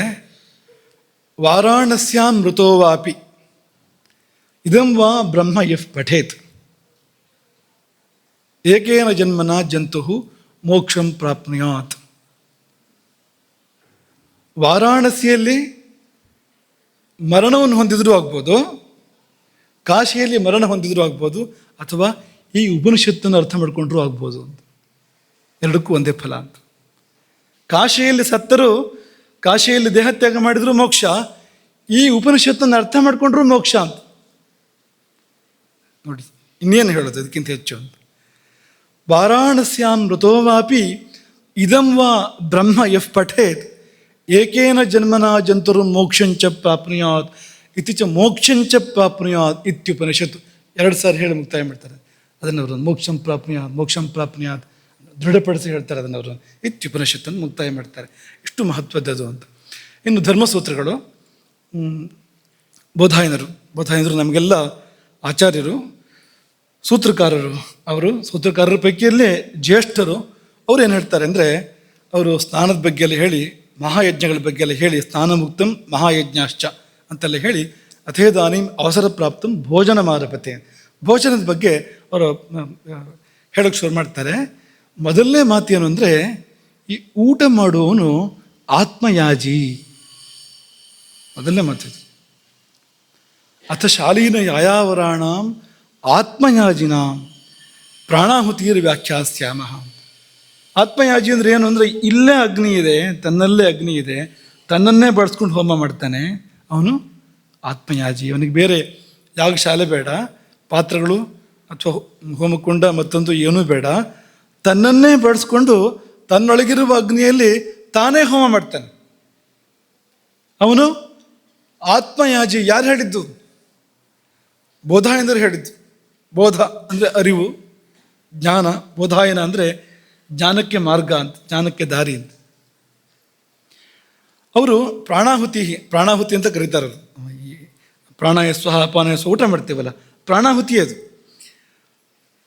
ಎಂಥ ದೊಡ್ಡ ಮಾತನ್ನು ಹೇಳ್ತಾರೆ ಅಂದರೆ, ಸರ್ವಕ್ರತುಯಾಜಿನಾಂ ಆತ್ಮಯಾಜಿ ವಿಶಿಷ್ಯತೆ. ಅಶ್ವಮೇಧ, ವಾಜಪೇಯ, ಇಂಥ ಅಗ್ನಿಷ್ಠೋಮ, ಇಂಥ ಮಹಾ ಯಾಗ ಮಾಡಿದವರು ಇರ್ತಾರಲ್ಲ, ಆ ಎಲ್ಲ ಯಾಗ ಮಾಡಿದವರ ಪೈಕಿಯಲ್ಲಿ ಅತ್ಯಂತ ಶ್ರೇಷ್ಠ ಯಾರು ಅಂದರೆ ಆತ್ಮಯಾಜಿ. ಯಾರು? ಪ್ರಾಣಾಗ್ನಿ ಹೋತ್ರವನ್ನು ಸರಿಯಾಗಿ ಮಾಡ್ತಾನೆ. ಯಾಕೆಂದರೆ ಇದು ಸರಿಯಾಗಿ ಮಾಡದೆ ಹೋದರೆ ಅದು ಯಾವುದೂ ಸರಿಯಾಗಿ ಆಗೋದಿಲ್ಲ. ಅವನಿಗೆ ಬೇರೆ ಯಾಗವನ್ನು ಕೂಡ ಸರಿಯಾಗಿ ಮಾಡೋಕ್ಕೆ ಸಾಧ್ಯ ಇಲ್ಲ. ಇದು ಸರಿಯಾಗಿ ಆದರೆ ಅದನ್ನೆಲ್ಲ ಮಾಡೋಕ್ಕೆ ಸಾಧ್ಯ, ಅರ್ಹತೆ ಬರೋದಿಲ್ಲ ಅಂತ, ಶರೀರ ಪವಿತ್ರವಾಗಿ ಉಳಿಯೋದಿಲ್ಲ ಅಂಥೇಳಿ ಆತ್ಮಯಾಜಿನ ಪ್ರಶಂಸೆ ಮಾಡ್ತಾರೆ ಅವರು. ಕೊನೆಗೊಂದು ಮಾತನ್ನು ಹೇಳ್ತಾರೆ. ಅದೇನೆಂದರೆ, ಯಥಾಹಿ ತೂಲ ಮೈಷೀಕಂ ಅಗ್ನೋ ಪ್ರೋತಂ ಪ್ರದೀಪ್ಯತೆ. ಅಗ್ನಿಗೆ ನೀವು ಹುಲ್ಲನ್ನು ಹಾಕಿದರೆ ಅಥವಾ ಹತ್ತಿಯನ್ನು ಹಾಕಿದರೆ ಅದು ಸುಟ್ಟು ಹುರಿದು ಹೋಗುತ್ತಲ್ವಾ? ಬೆಂಕಿಗೆ ಹತ್ತಿ ಹಾಕಿದ್ರೆ ಏನಾಗುತ್ತೆ, ಅಥವಾ ಹುಲ್ಲು ಹಾಕಿದ್ರೆ ಏನಾಗುತ್ತೆ ಬೆಂಕಿಗೆ? ಹಾಗೆ ಪಾಪಗಳು ಉರಿದು ಹೋಗುತ್ತೆ. ಯಾರಿಗೆ? ಯಾರು ಆತ್ಮಯಾಜಿಯೋ, ಊಟ ಸರಿ ಮಾಡ್ತಾನೋ ಯಾರು ಅಂತ. ಊಟವನ್ನು ವಿಧಿಬದ್ಧವಾಗಿ, ಪ್ರಮಾಣಬದ್ಧವಾಗಿ, ಕಾಲಬದ್ಧವಾಗಿ ಯಾರು ಮಾಡ್ತಾನೋ ಅವನ ಎಲ್ಲ ಪಾಪಗಳು ಕೂಡ ಉರಿದು ಹೋಗ್ತವೆ, ಬೆಂಕಿಯಲ್ಲಿ ಹತ್ತಿ ಉರಿದ ಹಾಗೆ ಅಷ್ಟು ಕ್ಷಿಪ್ರವಾಗಿ ಉರಿದು ಹೋಗ್ತವೆ. ಅಷ್ಟು ಮಹತ್ವದ್ದು ಭೋಜನ ಅಂದರೆ. ಇಲ್ಲಿ ವಿವರಣೆ ಕೊಡ್ತಾರೆ. ಆತ್ಮಯಾಜಿ ಅಂದರೆ ಯಾರು ಅಂತಂದರೆ, ಯಥಾವಿಧಿ ಭುಂಜಾನಃ, ವಿಧಿ ಪ್ರಕಾರ ಊಟ ಮಾಡುವವನು ಅಂತ, ಅವನೇ ಆತ್ಮಯಾಜಿ ಅಂತ. ಇನ್ನು ಈ ಮಾತನ್ನು ಅವ್ರು ನೆನಪು ಮಾಡ್ಕೊಡ್ತಾರೆ ಅಲ್ಲಿ. ಕೇವಲಾಘೋ ಭವತಿ ಕೇವಲಾದಿ ಮೋಘಮನ್ನನ್ ವಿಂದತೆ ಅಪ್ರಚೇತ. ಇದನ್ನು ಅವರಲ್ಲಿ ಉಲ್ಲೇಖ ಮಾಡ್ತಾರೆ. ಸುಮ್ಮನೆ ಊಟ ಮಾಡುವವನು ಪಾಪ ಊಟ ಮಾಡ್ತಾನೆ. ಯಾರು ಭಗವಂತನಿಗೆ ಸಮರ್ಪಿಸಿ, ದೇವತೆಗಳಿಗೆ ಸಮರ್ಪಿಸಿ, ಹಂಚಬೇಕಾದವರಿಗೆಲ್ಲ ಹಂಚಿ ಊಟ ಮಾಡ್ತಾನೋ ಅವನು ಅಮೃತತ್ವವನ್ನು ಪಡಿತಾನೆ, ಅಮೃತವನ್ನು ಊಟ ಮಾಡ್ತಾನೆ. ಯಾರು ತನಗೋಸ್ಕರ ಬೇಯಿಸ್ಕೊಂಡು ತಿಂತಾನೋ ಅವನು ಪಾಪವನ್ನು ಊಟ ಮಾಡ್ತಾನೆ. ತನಗಾಗಿ ಅಡುಗೆ ಮಾಡಬಾರ್ದು, ಯಾವಾಗಲೂ ಕೂಡ ತನಗೆ ಅಂತ ಅಡುಗೆ ಮಾಡಬಾರ್ದು. ಭಗವಂತನಿಗೆ ಅಂತ ಮಾಡಬೇಕು, ದೇವತೆಗಳಿಗೆ ಅಂತ ಮಾಡಬೇಕು. ನಮ್ಮ ಸುತ್ತಮುತ್ತ ಇರುವ ಜೀವಿಗಳಿಗೆ, ಅತಿಥಿಗಳಿಗೆ, ಮತ್ತೊಬ್ಬರಿಗೆ ಹಾಗಂತ ಅಡುಗೆ ಮಾಡಬೇಕು ಹೊರತು ಸ್ವಾರ್ಥಕ್ಕಾಗಿ ಅಡುಗೆ ಮಾಡಬಾರ್ದು. ಹಾಗೆ ಮುಂದುವರೆದು ಹೇಳ್ತಾರೆ ಅವರು. ಅಗ್ರೇ ಭೋಜಯೇದ್ ಅತಿಥೀನ್. ಮೊದಲು ಅತಿಥಿಗಳಿಗೆ ಊಟ ಹಾಕು, ಆಮೇಲೆ ಅಂತರ್ಪತ್ನಿ ಗರ್ಭಿಣಿಯರಿಗೆ ಊಟ ಬಡಿಸು. ಅದಾದಮೇಲೆ ವೃದ್ಧಾನ್, ಬಾಲಕರಿಗೆ ಬಡಿಸು, ವೃದ್ಧರಿಗೆ ಬಡಿಸು, ದೀನಾನ್, ಗತಿ ಇಲ್ಲ ಊಟಕ್ಕೆ, ಕಷ್ಟದಲ್ಲಿದ್ದಾರೆ ಅಂಥವ್ರಿಗೆ ಕೊಡು, ವ್ಯಾಧಿತಾಂಶ ವಿಶೇಷತಃ, ಯಾರಾದ್ರು ಕಾಯಿಲೆ ಬಿದ್ದವರಿದ್ದರೆ ಮೊದಲು ಅವ್ರಿಗೆ ಊಟ ಹಾಕು, ಆಮೇಲೆ ನೀನು ಊಟ ಮಾಡು. ಅವ್ರಿಗೆ ಊಟ ಹಾಕಿ ಊಟ ಮಾಡು ನೀನು. ಅವರಿಗೆ ಊಟ ಹಾಕಬೇಕಾದ್ರೂ ಆಮೇಲೆ ಊಟ ಹಾಕಿದರೆ ದೋಷವೇ ಅದು. ಹಾಕಿದ ದೋಷ ಅಲ್ಲ, ಆಮೇಲೆ ಹಾಕಿದ ದೋಷ ಅಂತ. ಹಾಗಾಗಿ ಇದೆಲ್ಲ ಅಧಿಕಾರಿಗಳು ಯಾರು ಅಂದರೆ ಅತಿಥಿಗಳು, ಅಂತರ್ಪತ್ನಿಯರು, ಗರ್ಭಿಣಿಯರು, ಬಾಲಕರು, ವೃದ್ಧರು ಮತ್ತು ವ್ಯಾಧಿಗ್ರಸ್ತರು. ಅವ್ರಿಗೆ ವಿಶೇಷತಃ ಅಂತ ಹೇಳಿದೆ, ವ್ಯಾಧಿಗ್ರಸ್ತರಿಗೆ ಅಂಥೇಳಿ ಒಂದು ಎಚ್ಚರಿಕೆ ಮಾತನ್ನು ಹೇಳ್ತಾರೆ. ಅದತ್ವಾತು ಯೇತೇಭ್ಯ ಪೂರ್ವಂ ಭುಂಕ್ತೆ ಯಥಾವಿಧಿ. ಇವರಿಗೆಲ್ಲ ಕೊಡದೆ ಯಾರು ಮೊದಲು ಊಟ ಮಾಡ್ತಾನೋ ಅವನು ಯಥಾವಿಧಿ, ವಿಧಿ ಪ್ರಕಾರ ಊಟ ಮಾಡಿದರೂ ಕೂಡ, ಅವನು ಸರಿಯಾಗಿ ಶಾಸ್ತ್ರಬದ್ಧವಾಗಿ ಊಟ ಮಾಡಿದರೂ ಕೂಡ ಅವನು ಊಟ ಮಾಡೋದಿಲ್ಲ. ಅವನನ್ನೇ ಊಟ ಮಾಡುತ್ತೆ ಅದು ಅನ್ನ, ಅವನನ್ನೇ ತಿಂದ್ಕೊಂಡು ಹೋಗುತ್ತೆ ಅದು ಆ ಅನ್ನ. ಅವನು ಊಟ ಮಾಡಿದ್ದು ಅವನಿಗೆ ಮೃತ್ಯುವಾಗಿ, ಶತ್ರುವಾಗಿ ಪರಿಣಮಿಸುತ್ತೆ. ಭುಜ್ಯಮಾನೋ ನ ಜಾನಾತಿ, ಅವನು ಊಟ ಮಾಡ್ತಾ ಇದ್ದಾನೆ, ಅವನಿಗೆ ಗೊತ್ತಿಲ್ಲ. ಏನು ಗೊತ್ತಿಲ್ಲ ಅಂದರೆ ನ ಸ ಭುಂಕ್ತೆ, ಅವನು ಊಟ ಮಾಡ್ತಾ ಇಲ್ಲ, ಸ ಭುಜ್ಯತೆ, ಅವನನ್ನೇ ತಿಂತಾ ಇದೆ ಅನ್ನ, ಅವನಿಗೆ ಗೊತ್ತಿಲ್ಲ. ಇಷ್ಟರ ಮಟ್ಟಿನ ಗಂಭೀರ ಎಚ್ಚರಿಕೆಯನ್ನು ಕೊಡ್ತಾರೆ. ಹಾಗಾಗಿ ಸಲ್ಲಬೇಕಾದವ್ರಿಗೆ ಸಲ್ಲಿಸಿ ಆಮೇಲೆ ಊಟ ಮಾಡು, ಮೊದಲು ಊಟ ಮಾಡಬೇಡ ಎಂಬುದಾಗಿ ಗಂಭೀರ ಎಚ್ಚರಿಕೆಯನ್ನು ಕೊಡ್ತಾರೆ. ಆಮೇಲೆ ಇನ್ನೊಂದು ಮಾತು ಭಾಳ ಸ್ವಾರಸ್ಯವಾಗಿದೆ, ನಿಮಗೆಲ್ಲ ಖುಷಿಯಾಗುತ್ತೆ ಈ ಮಾತು, ಅನೇಕರಿಗೆ ಖುಷಿಯಾಗುತ್ತೆ ಈ ಮಾತು. ಏನಪ್ಪ ಅಂದರೆ, ಗೃಹಸ್ಥನಾಗಲಿ ಬ್ರಹ್ಮಚಾರಿ ಆಗಲಿ ಊಟ ಮಾಡದೆ ಅಂದರೆ ಪಾಪ ಬರುತ್ತೆ ಹೇಳಿದ್ದಾರೆ. ಪ್ರಾಯಶ್ಚಿತ್ತ ಮಾಡ್ಕೊಳ್ಬೇಕಾಗತ್ತೆ ಅಂತ ಹೇಳಿದ್ದಾರೆ. ಗೃಹಸ್ಥೋ ಬ್ರಹ್ಮಚಾರಿ ಇವ ಯೋನಶ್ಚಂಸ್ತು ತಪಶ್ಚರ್ಯ.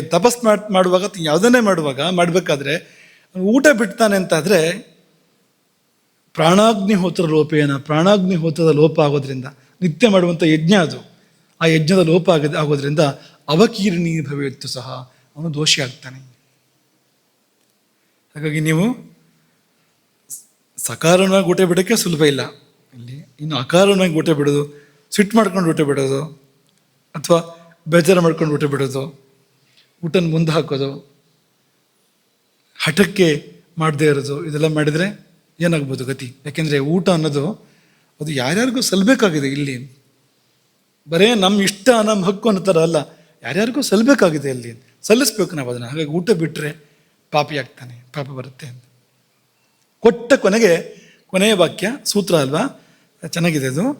ಏವಮಾಚರನ್, ಹೀಗೆ ನಡ್ಕೊಳ್ಳೋದಾದರೆ ಬ್ರಹ್ಮಭೂಯಾಯ ಕಲ್ಪತೆ, ಅವನು ಪರಬ್ರಹ್ಮವೇ ಆಗಿ ಪರಿಣಮಿಸ್ತಾನೆ, ಪರಬ್ರಹ್ಮದಲ್ಲಿ ಅದ್ವೈತವನ್ನು ಹೊಂದ್ತಾನೆ. ಬ್ರಹ್ಮಭೂಯ ಅಂದರೆ ಬ್ರಹ್ಮಭಾವ, ಬ್ರಹ್ಮೈಕ್ಯ, ಮುಕ್ತಿಯನ್ನು ಹೊಂದ್ತಾನೆ ಅಂತಲೇ ಒಂದೊಂದು ಕೂಡ ಹೇಳ್ತಾ ಇರುವಂಥದ್ದು. ಈ ಒಂದೊಂದು ಆಕಾರಗಳು ಕೂಡ ಮುಕ್ತಿಯಲ್ಲೇ ಭೋಜನ ಪ್ರಯೋಜನ ಮಾಡ್ತೇವೆ. ಶಂಕರಾಚಾರ್ಯರು ಪ್ರಪಂಚಸಾರ ತಂತ್ರ ಅಂತ ಒಂದು ಅದ್ಭುತ ಗ್ರಂಥ, ಪ್ರಪಂಚಸಾರ ಅಂತ ಪ್ರಸಿದ್ಧ, ಪ್ರಪಂಚಸಾರ ತಂತ್ರ ಅಂತ ತಂತ್ರಗ್ರಂಥ, ಅದು ತಂತ್ರ ಮಾರ್ಗವನ್ನು ತುಂಬ ಅತ್ಯದ್ಭುತವಾಗಿ ನಿರೂಪಣೆ ಮಾಡ್ತಾರೆ ಅವರು. ಅದರಲ್ಲಿ ಅವರು ಶುರು ಮಾಡ್ತಾರೆ, ಅಥ ಹಿತವಿಧಯೇ ವಿದುಷಾಂ ಭಕ್ಷಿ ಪ್ರಾಣಾಗ್ನಿಹೋತ್ರ ವಿಹಿತ ವಿಧಿ. ಊಟವನ್ನು ಕೂಡ ಅವರು ಕೂಡ ಪ್ರಾಣಾಗ್ನಿಹೋತ್ರ ಅಂತ ಕರೀತಾರೆ ಅದನ್ನು. ಪ್ರಾಣಾಗ್ನಿಹೋತ್ರ ವಿಹಿತ ವಿಧಿ, ಪ್ರಾಣಾಗ್ನಿಹೋತ್ರಕ್ಕೆ ವಿಹಿತವಾದ ವಿಧಿಯನ್ನು ಹಿತವಿಧಯೇ ವಿದುಷಾಂ, ಶ್ರೇಯಸ್ಸಿಗೋಸ್ಕರವಾಗಿ ಹೇಳ್ತೇನೆ, ನಮ್ಮ ಹಿತಕ್ಕೋಸ್ಕರವಾಗಿ ಹೇಳ್ತಾನೆ ಎಂಬುದಾಗಿ ಹೇಳಿ ನಿರೂಪಣೆ ಮಾಡ್ತಾರೆ. ಸಾಕಷ್ಟಿದೆ, ಅದೇನೊಮ್ಮೆ ಅವಲೋಕನ ಮಾಡೋಣ. ಕೊನೆ ಮಾತನ್ನು ಗಮನಿಸೋಣ. ಅವರ ಈ ವಿಷಯದ ಆಡಿದ ಕೊನೆ ಮಾತು 8ನೇ ಪಟ್ಟಲ ಪ್ರಪಂಚ ಸಾರದ್ದು, ಅಲ್ಲಿದೆ ಇದು. ಕೊನೆ ಮಾತು ಏನು ಹೇಳ್ತಾರೆ ಅಂದರೆ, ಸಾಯಂ ಪ್ರಾತ ರನೇನ ಹೋಮ ವಿಧಿನ. ಅವರು ಹೇಳೋದು 2 ಸಮಯ ಊಟ ಅಂತ, ಶಂಕರಾಚಾರ್ಯರು ಕೂಡ. ಸಾಯಂ ಪ್ರಾತ ರನೇನ ಹೋಮ ವಿಧಿನ, ಈ ಹೋಮ ವಿಧಿ ಅಂತ ಊಟದ ಪದ್ಧತಿ ಹೇಳ್ತಾ ಅದನ್ನು ಹೋಮ ವಿಧಿ ಅಂತ ಕರೆದು, ಅನೇನ ಹೋಮ ವಿಧಿನ ಭೋಜ್ಯಾನ ನಿತ್ಯಂ ಭಜನ್. ಈ ಹೋಮ ವಿಧಿಯಿಂದ ಯಾರು ಊಟ ಮಾಡ್ತಾನೋ ಅವನೇನಾಗ್ತಾನೆ ಅಂದರೆ, ಅವನು ಪ್ರಾಣಾಗ್ನಿಹೋತ್ರಿ ಅಂತ ಅನ್ಸ್ಕೊಳ್ತಾನೆ. ಅವನು ಮತ್ತೆ ತಾಯಿ ಹೊಟ್ಟೆಯನ್ನು ಪ್ರವೇಶ ಮಾಡೋದಿಲ್ಲ. ಪ್ರಾಣಿ ನ ಪ್ರಮದೋದರಂ ಪ್ರವಿಶತಿ. ಪ್ರಮದ ಸ್ತ್ರೀ, ಪ್ರಮದೋದರ ಸ್ತ್ರೀಯ ಹೊಟ್ಟೆ, ತಾಯಿಯ ಹೊಟ್ಟೆ. ನ ಪ್ರಮದೋದರಂ ಪ್ರವಿಶತಿ, ಇನ್ನೊಮ್ಮೆ ತಾಯಿಯ ಹೊಟ್ಟೆಯನ್ನು ಅವನು ಪ್ರವೇಶ ಮಾಡೋದಿಲ್ಲ. ಪ್ರಾಣಾಗ್ನಿಹೋತ್ರಿ ಪುನಃ. ಆಚಾರ್ಯ ಶಂಕರರ ವಾಕ್ಯ ಇದು ಅಂತ. ಇನ್ನೊಂದು ತಂತ್ರ ಗ್ರಂಥ ಇದೆ, ಅದಕ್ಕೆ ಹೆಸರು ಪ್ರಾಣಾಗ್ನಿಹೋತ್ರ ಅಂತಲೇ ಹೆಸರು, ತಂತ್ರಶಾಸ್ತ್ರದ ಒಂದು ಗ್ರಂಥ. ಇದನ್ನು ಹೇಳಿ ಇದನ್ನು ಪೂರ್ಣ ಮಾಡೋಣ. ಅವರು ಪ್ರಾರಂಭ ಮಾಡುವಾಗ ಈ ಶೂಲಭೃತ್ ಈಶ್ವರನಿಗೆ ಒಂದು ಪ್ರಾರ್ಥನೆ ಮಾಡ್ತಾರೆ. ಅವರು ಏನು ಪ್ರಾರ್ಥನೆ ಮಾಡ್ತಾರೆ ಅಂದರೆ, ಕಾಲಾಗ್ನಿ ರುದ್ರನಿಗೆ, ಮಣಿಪುರ ಚಕ್ರವಾಸಿ ಅಗ್ನಿಸ್ವರೂಪಿ ರುದ್ರನಿಗೆ ಅವ್ರು ಏನು ಪ್ರಾರ್ಥನೆ ಮಾಡ್ತಾರೆ ಅಂದರೆ, ಅಲ್ಪವಿತ್ತ ನರಾಯೇಚ ಅಗ್ನಿಹೋತ್ರಂ ನ ಕುರ್ವತೆ. ಅಗ್ನಿಹೋತ್ರ ಮಾಡೋಕ್ಕೆ ಸಾಧ್ಯ ಇಲ್ಲ, ಅದಕ್ಕೆ ಬೇಕಾದ ಸಾಧನ ಸಂಪತ್ತಿ ಇಲ್ಲ. ಅಂಥವರು ಪಾಪ ಏನು ಮಾಡಬೇಕು? ಅವರು ತೇಷಾಂ ಪ್ರಾಣಾಗ್ನಿಹೋತ್ರಂತೂ, ಅವರಿಗೆ ಪ್ರಾಣಾಗ್ನಿಹೋತ್ರವನ್ನು ಕೃಪೆ ಮಾಡು. ಪ್ರಸಾದಂ ಕುರು ಶೂಲಭೃತ್, ಏ ಶೂಲಧಾರಿಯೇ, ಶಿವನೇ, ಪ್ರಾಣಾಗ್ನಿಹೋತ್ರವೇ ಅವರ ಪಾಲಿಗೆ ಅಗ್ನಿಹೋತ್ರವಾಗುವಂತೆ ಅನುಗ್ರಹ ಮಾಡುವಂತ ಅದು ಪ್ರಾರಂಭ ಆಗುವಂಥದ್ದು ಗ್ರಂಥ ಅದು ಅಂತ. ಹಾಗಾಗಿ ಇಲ್ಲಿ ಕೂಡ ಮತ್ತು ಅದೇ ಮಾತು, ಅಗ್ನಿಹೋತ್ರಕ್ಕೂ ಭೋಜನಕ್ಕೂ ಒಂದು ತಾಳೆ ಅಂತ, ಅದೇ ಇದು ಇದೇ ಅದು ಎನ್ನುವಂಥ ಒಂದು ತಾಳೆಯನ್ನು ಅವ್ರು ಹೇಳ್ತಾ ಇದ್ದಾರೆ. ಅಗ್ನಿಹೋತ್ರ ಮಾಡಬೇಕಾದ್ರೆ ತುಂಬ ಯೋಗ್ಯತೆಗಳು ಬೇಕು, ಆದರೆ ಇದು ಎಲ್ಲರೂ ಮಾಡುವಂಥದ್ದು, ಪ್ರತಿಯೊಬ್ಬರು ಮಾಡುವಂಥದ್ದು, ಸ್ವಲ್ಪ ಸರಿಯಾಗಿ ಮಾಡಬೇಕು ಅನ್ನೋದು ಮಾತ್ರ ಇರುವಂಥದ್ದು ಅಂತ ತುಂಬ ಇದೆ. ಅದು ಅವ್ರ ಕೊನೆಯಲ್ಲಿ ಏನು ಹೇಳ್ತಾರೆ ಅಂದರೆ, ಅವರು ಕೂಡ ಒಂದು ರೂಪಕ್ಕೊಂದು ಕೊಡ್ತಾರೆ. ಆತ್ಮನ ಯಜಮಾನ, ಪ್ರಕೃತಿಯ ಪತ್ನಿ ಅಂತೆಲ್ಲ ಶುರು ಮಾಡಿ ಅವರು ತುಂಬ ಇಡೀ ಯಜ್ಞದ ಪರಿಕಲ್ಪನೆಯನ್ನು ಊಟದಲ್ಲಿ ಕೊಡ್ತಾರೆ. ಅವರು ಅಲ್ಲಿ ಅವರೇ ಹೇಳುವಂಥದ್ದು, ಈ ಊಟ ಮಾಡಿದರೆ 33 ಕೋಟಿ ದೇವಾಸ್ತೃಪ್ಯಂತಿ ಅಂತ ಅವರದ್ದೇ ಮಾತದು. 33 ಕೋಟಿ ದೇವತೆಗಳಿಗೂ ಕೂಡ ತೃಪ್ತಿ ಆಗುತ್ತೆ, ನಿನಗೆ ಮಾತ್ರ ಅಲ್ಲ ಅಂತ ಅವರೇ ಹೇಳ್ತಾ ಇರುವಂಥದ್ದು. ಕೊಟ್ಟಕ್ಕೊಂದೇನು ಏನು ಹೇಳ್ತಾರೆ ಅಂದರೆ, ಏವಂ ವೇತ್ತಿ ಸ ವೇದವಿತು, ಇದು ಗೊತ್ತಿದ್ರೆ ಅವನಿಗೆ ವೇದ ಗೊತ್ತಿದೆ ಅಂತ ಅರ್ಥ. ಇದು ಗೊತ್ತಿಲ್ಲದೆ ಇದ್ದರೆ ಅವನು ವೇದ ಓದಿ ಪ್ರಯೋಜನ ಏನೂ ಇಲ್ಲ. ಊಟ ಗೊತ್ತಿಲ್ಲದೆ ಇದ್ದರೆ ವೇದಾಧ್ಯಯನ ಮಾಡಿಯೂ ಪ್ರಯೋಜನ ಏನೂ ಇಲ್ಲ. ಊಟ ಮೊದಲು ಗೊತ್ತಿರಬೇಕು ಎಂಬುದಾಗಿ ಏವಂ ವೇತ್ತಿ ಸ ವೇದವಿತು ಸ ಆಹಿತಾಗ್ನಿ, ಅವನೇ ಅಗ್ನಿಹೋತ್ರಿ. ಸ ಹವ್ಯಕವಯೋ ಸಮರ್ಥ, ಅವನು ದೇವಮಾರ್ಗ ಪಿತೃಮಾರ್ಗ ಎರಡರಲ್ಲೂ ಸಮರ್ಥನಾಗ್ತಾನೆ. ದೇವತೆಗಳನ್ನು ಸಂತೃಪ್ತಿಪಡಿಸೋದು, ಪಿತೃಗಳನ್ನು ಸಂತೃಪ್ತಿಪಡಿಸೋದು, ಎರಡರಲ್ಲಿ ಕೂಡ ಅವನು ಸಮರ್ಥನಾಗ್ತಾನೆ ಎಂಬುದಾಗಿ ಹೇಳಿ ಅವರು ಪರ್ಯವಸಾನ ಮಾಡ್ತಾರೆ. ಹೀಗೆ ನಾವಿದನ್ನು ಕೆಲವು ಉದಾಹರಣೆ ಕೊಟ್ಟಿದ್ದು ನಿಮಗೆ. ಇವರೆಲ್ಲ ದಿಗ್ಗಜರು, ಜ್ಞಾನಿಗಳಲ್ಲಿ ಅಗ್ರೇಸರರು ಅಥವಾ ಆಚಾರ್ಯ ಶ್ರೇಷ್ಠರು, ಇಂಥವ್ರು ಆಡಿದ ಮಾತುಗಳು ಇವೆಲ್ಲವೂ ಕೂಡ. ಇದು ಹುಸಿಯಾಗಲಿಕ್ಕೆ ಸಾಧ್ಯ ಇಲ್ಲ, ಇದರಲ್ಲಿ ಸತ್ಯ ಇಲ್ಲದೆ ಇರಲಿಕ್ಕೆ ಸಾಧ್ಯ ಇಲ್ಲ, ತಿರುಳು ಇಲ್ಲದೆ ಇರಲಿಕ್ಕೆ ಸಾಧ್ಯ ಇಲ್ಲ. ಇಲ್ಲಿ ನಾವು ತಿಳ್ಕೊಳ್ಳೋಕ್ಕಿರುವಂಥದ್ದು, ತಿಳ್ಕೊಂಡು ನಾವು ಮಾಡೋಕ್ಕಿರುವಂಥದ್ದು. ಹಾಗಾಗಿ ಊಟವೇ ಯಜ್ಞವಾಗಬೇಕು. ಅದಕ್ಕೆ ಎರಡೂ ಸಂಗತಿಗಳು ಬೇಕು, ಭಾವ ಬಾಹ್ಯ ಎರಡೂ ಬೇಕು. ಒಂದು ಆ ಭಾವದಲ್ಲಿ ನಿನಗೆ ನಿವೇದನ, ನೈವೇದ್ಯ, ನಿನ್ನದಿದು, ನಿನಗೆ ಎಂಬ ಭಾವ, ಆ ಭಾವ ಬೇಕು. ಇನ್ನೊಂದು ವಿಧಿಗಳನ್ನು ಸರಿಯಾಗಿ ಮಾಡಬೇಕು. ಭಾವನೆ ತುಂಬ ಕೆಲಸ ಮಾಡುವಂಥದ್ದು ಪ್ರಧಾನವಾಗಿ. ವಿಧಿಗಳನ್ನು ಸರಿಯಾಗಿ ಮಾಡಬೇಕು ಅಂದರೆ ಕಾಲ, ಯಾವಾಗ ಊಟ ಮಾಡಬೇಕು, ದೇಶ, ಎಲ್ಲಿ ಊಟ ಮಾಡಬೇಕು, ಮಾತ್ರ ಎಷ್ಟು ಊಟ ಮಾಡಬೇಕು, ಹಿತ, ಏನನ್ನು ಊಟ ಮಾಡಬೇಕು, ಇಂಥದ್ದು. ಇದೆಲ್ಲವನ್ನು ಗಮನಿಸಿ ಊಟ ಮಾಡೋದಾದರೆ ಅದು ಅದ್ಭುತವಾಗಿರ್ತಕ್ಕಂಥ ಅಗ್ನಿಹೋತ್ರವಾಗಿ, ಯಾರು ಬೇಕಾದರೂ ಮಾಡುವಂಥ ಅಗ್ನಿಹೋತ್ರವಾಗಿ ಅದು ಪರಿಣಮಿಸುತ್ತೆ. ಹಾಗಾಗಿ ಇದು ಪ್ರಾಣಾಗ್ನಿಹೋತ್ರ. ಪ್ರಾಣಾಯ ಸ್ವಾಹ, ಅಪಾನಾಯ ಸ್ವಾಹ, ವ್ಯಾನಾಯ ಸ್ವಾಹ, ಉದಾನಾಯ ಸ್ವಾಹ, ಸಮಾನಾಯ ಸ್ವಾಹ ಅಂತೆಲ್ಲ ಹೇಳಿಯೇ ಊಟ ಮಾಡುವಂಥ ಪದ್ಧತಿ. ಸರ್ವಭೂತೇಭ್ಯ ಅಂಥೇಳಿ, ಬ್ರಹ್ಮಣೆ ಅಂಥೇಳಿ ಹಾಗೆಲ್ಲ ಹೇಳಿಯೇ ಊಟ ಮಾಡ್ತಕ್ಕಂಥ ಪದ್ಧತಿ. ಈ ಪ್ರಾಣಾಪಾನಗಳಿಗೂ ಅಗ್ನಿಗೂ ತುಂಬ ಸಂಬಂಧ ಇದೆ. ಮತ್ತು ಅವು ಪ್ರಾಣಾಪಾನಗಳೇ ಶರೀರವನ್ನು ನಡೆಸ್ತಾ ಇರುವಂಥದ್ದು, ಈ ಪ್ರಾಣಶಕ್ತಿಗಳು ಶರೀರವನ್ನು ನಡೆಸ್ತಾ ಇರುವಂಥದ್ದು. ಪ್ರಾಣ ಇಲ್ಲಿದೆ, ಈ ಭಾಗ ಪೂರ್ತಿ ನೋಡ್ಕೊಡುತ್ತೆ ಅಂಥದ್ದು. ಇಲ್ಲೂ ಇದೆ, ನೆತ್ತಿಯಲ್ಲೂ ಇದೆ, ಅದು ಎರಡು ಜಾಗ ಪ್ರಾಣಕ್ಕೆ. ಉದಾನ ಇಲ್ಲಿದೆ, ಆ ಪ್ರದೇಶ ಪೂರ್ತಿ ಅದರ ರಾಜ್ಯ, ಅದು ನೋಡ್ಕೊಡುತ್ತೆ. ಸಮಾನ ನಾಭಿಯಲ್ಲಿದೆ, ಅದು ಈ ಹೊಟ್ಟೆ ವಿಷಯ ಪೂರ್ತಿ ನೋಡ್ಕೊಡುತ್ತೆ. ಅದು ಅಗ್ನಿಯನ್ನು ಸರಿ ಇಡೋದು ಅದೇನೆ. ವ್ಯಾನ ಎಲ್ಲೆಡೆ ಇದೆ. ಅಪಾನ ಮೂಲಾಧಾರ ಚಕ್ರದಲ್ಲಿ ಆಸನ ಸ್ಥಾನದಲ್ಲಿದೆ ಅಪಾನ, ಆ ಪ್ರದೇಶದ ಎಲ್ಲವನ್ನು ಕೂಡ ಅದು ನೋಡ್ಕೊಳತ್ತೆ. ಹಾಗೆ ವ್ಯಾನ ಇಡೀ ಶರೀರಕ್ಕೆ ಎಲ್ಲ ಕಡೆ ಆಹಾರ ತಗೊಂಡು ಕೊಡಬೇಕಲ್ಲ. ಇವೆಲ್ಲ ತುಂಬ ಆಹಾರ ಜೊತೆಗೆ ಸಂಬಂಧ ಇರ್ತಕ್ಕಂಥವು. ಪ್ರಾಣ ಅಲ್ಲದೆ ಇದ್ದರೆ ಈ ತುತ್ತು ಕೆಳಗೆ ಹೋಗೋದೇ ಇಲ್ವಂತೆ, ಹೋಗೋದು ಪ್ರಾಣದಿಂದ ಅಂತ. ಅದನ್ನು ಜೀರ್ಣ ಮಾಡೋದು ಸಮಾನ, ಎಲ್ಲ ಕಡೆ ಕಳಿಸೋದು ವ್ಯಾನ, ಬೇಡವಾಗಿದ್ದನ್ನು ಹೊರಗೆ ಹಾಕೋದು ಅಪಾನ. ಇವರೇ ಹಂಚ್ಕೊಂಡಿದ್ದಾರೆ ಆ ಕೆಲಸವನ್ನು ಅಂತ. ಈ ಪ್ರಾಣಶಕ್ತಿಗಳೇ ಎಲ್ಲ ಕೆಲಸಗಳನ್ನ ಹಂಚ್ಕೊಂಡಿದ್ದಾರೆ. ಶರೀರ ಯಂತ್ರವನ್ನು ಅವರೇ ನಡೆಸ್ತಾರೆ. ಅಗ್ನಿ ಜೊತೆಗೆ ಭಾರೀ ಬಾಂಧವ್ಯ ಅವರದ್ದು. ಹಾಗಾಗಿ ಸುಶ್ರುತರು ಹೇಳಿದರೆ, ಈ ಪ್ರಾಣಾಪಾನಗಳಿದೆಯಲ್ಲ, ಅದರಲ್ಲೂ ಪ್ರಾಣಾಪಾನಗಳು ಅಗ್ನಿಗೆ ಬಹಳ ಹತ್ತಿರದ ಬಾಂಧವ್ಯವಂತೆ. ಅವ್ರು ಹೇಳ್ತಾರೆ, ಈ ಹೊರಗಡೆ ಅಗ್ನಿ ಇದೆಯಲ್ಲ, ಅಗ್ನಿ ಉರಿಬೇಕು ಅಂದರೆ ಹೀಗೆ ಗಾಳಿ ಹಾಕಿದ್ರೆ ಅಗ್ನಿ ಉರಿಯುತ್ತಲ್ವಾ, ಊದಿದ್ರೆ. ವೈದಿಕರನ್ನು ಕೇಳಿ, ಅಗ್ನಿಂ ವೇಣುಧಮನ್ಯ ಪ್ರಬೋಧ್ಯ, ಅಗ್ನಿಯನ್ನು ಪ್ರಬೋಧನಗೊಳಿಸ್ಬೇಕು. ಯಾವುದರಿಂದ ಅಂದರೆ ವೇಣುಧಮನಿ. ವೇಣುಧಮನಿ ಅಂದ್ರೇನು? ಬಿದಿರಿನ ಕೊಳವೆ, ಅದರಿಂದ ಪ್ರಬೋಧ್ಯ, ಅಗ್ನಿಯನ್ನು ಜಾಗೃತಗೊಳಿಸೋದು. ವಾಯು ಅಗ್ನಿ ಇಬ್ಬರು ಸ್ನೇಹಿತರು. ಅಗ್ನಿ ಮೇಲೆ ವಾಯು ಬೀಸಿ ಬಂದ ಅಂದರೆ ಭರ್ರನ್ನು ಹೊತ್ತಿ ಒರಿಯೋಕ್ಕೆ ಶುರು ಮಾಡುತ್ತೆ. ಅದು ತುಂಬ ಪರಸ್ಪರ ಅತ್ಯಂತ ಹತ್ತಿರ, ಅನಿಲ ಅನಲ ಇಬ್ಬರು ಕೂಡ. ಹಾಗೆ ಹೇಗೆ ಬಾಹ್ಯಸ್ಯ ಅಗ್ನೇಹೇ ವಾಯು ಸಹಾಯೋ ಭವತಿ, ಹೇಗೆ ಹೊರಗಡೆಗೆ ಬಾಹ್ಯಾಗ್ನಿಗೆ ವಾಯು ಸಹಾಯ ಮಾಡುತ್ತೋ ಹಾಗೆ ಜಠರಾಗ್ನಿ ಕೂಡ ವಾಯುವಿನ ಸಹಾಯ ಬೇಕು. ಅದೇನಪ್ಪ ಅಂದರೆ ಈ ಪ್ರಾಣಾಪಾನಗಳು. ಪ್ರಾಣಾಪಾನ ಸಮಾನೈಸ್ತು ಸರ್ವತಃ ಪವನೈಸ್ತ್ರಿಭಿಃ ಧ್ಮಾಯತೆ ಪಾಲ್ಯತೆ ಚಾಪಿ ಸ್ವಾಂ ಸ್ವಾಂ ಗತಿ ಮವಸ್ಥಿತೆ. ಈ ಪ್ರಾಣ ಮತ್ತು ಅಪಾನ ಇದೆರಡು ಧ್ಮಾಯತೆ ಅಂತ ಅಂದರೆ ಈ ಅಗ್ನಿಯನ್ನು ಎಬ್ಬಿಸೋದು ಪ್ರಾಣಾಪಾನಗಳು. ಧಮನ ಅಂದರೆ ಈ ಅಗ್ನಿಯನ್ನು ಜಾಗೃತ ಮಾಡುವಂಥದ್ದು, ಪ್ರಜ್ವಲಿತ ಮಾಡುವಂಥದ್ದು ಪ್ರಾಣಾಪಾನಗಳು. ಆಮೇಲೆ ಪಾಲನ, ಅದನ್ನು ನೋಡ್ಕೊಳ್ಳೋದು ಸಮಾನವಾಯು. ಇಬ್ಬರು ಈ 3 ಜನರು ಹಂಚ್ಕೊಂಡಿದ್ದಾರೆ. ಉಳಿದಿಬ್ಬರಿಗೆ ಇಲ್ಲಿ ಪಾತ್ರ ಇಲ್ಲ, ಅದನ್ನು ಸ್ಪಷ್ಟವಾಗಿ ಹೇಳ್ತಾರೆ ಅವರು.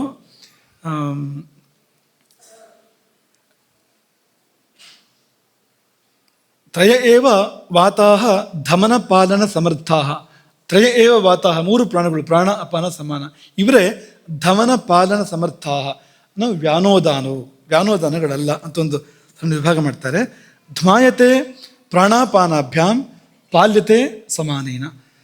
ಉರಿಸುವವರು ಪ್ರಾಣಾಪಾನಗಳು, ನೋಡ್ಕೊಳ್ಳೋನು ಸಮಾನ. ಹಾಗಾಗಿ ಪ್ರಾಣಾಯ ಸ್ವಹ, ಅಪಾನಾಯ ಸ್ವಹ, ವ್ಯಾನಾಯ ಸ್ವಹ. ಹಾಕೋದು ಅಗ್ನಿಗೆ, ತುತ್ತನ್ನು ಹಾಕೋದು, ಆಹುತಿಯನ್ನು ಹಾಕೋದು ಅಗ್ನಿಗೆ.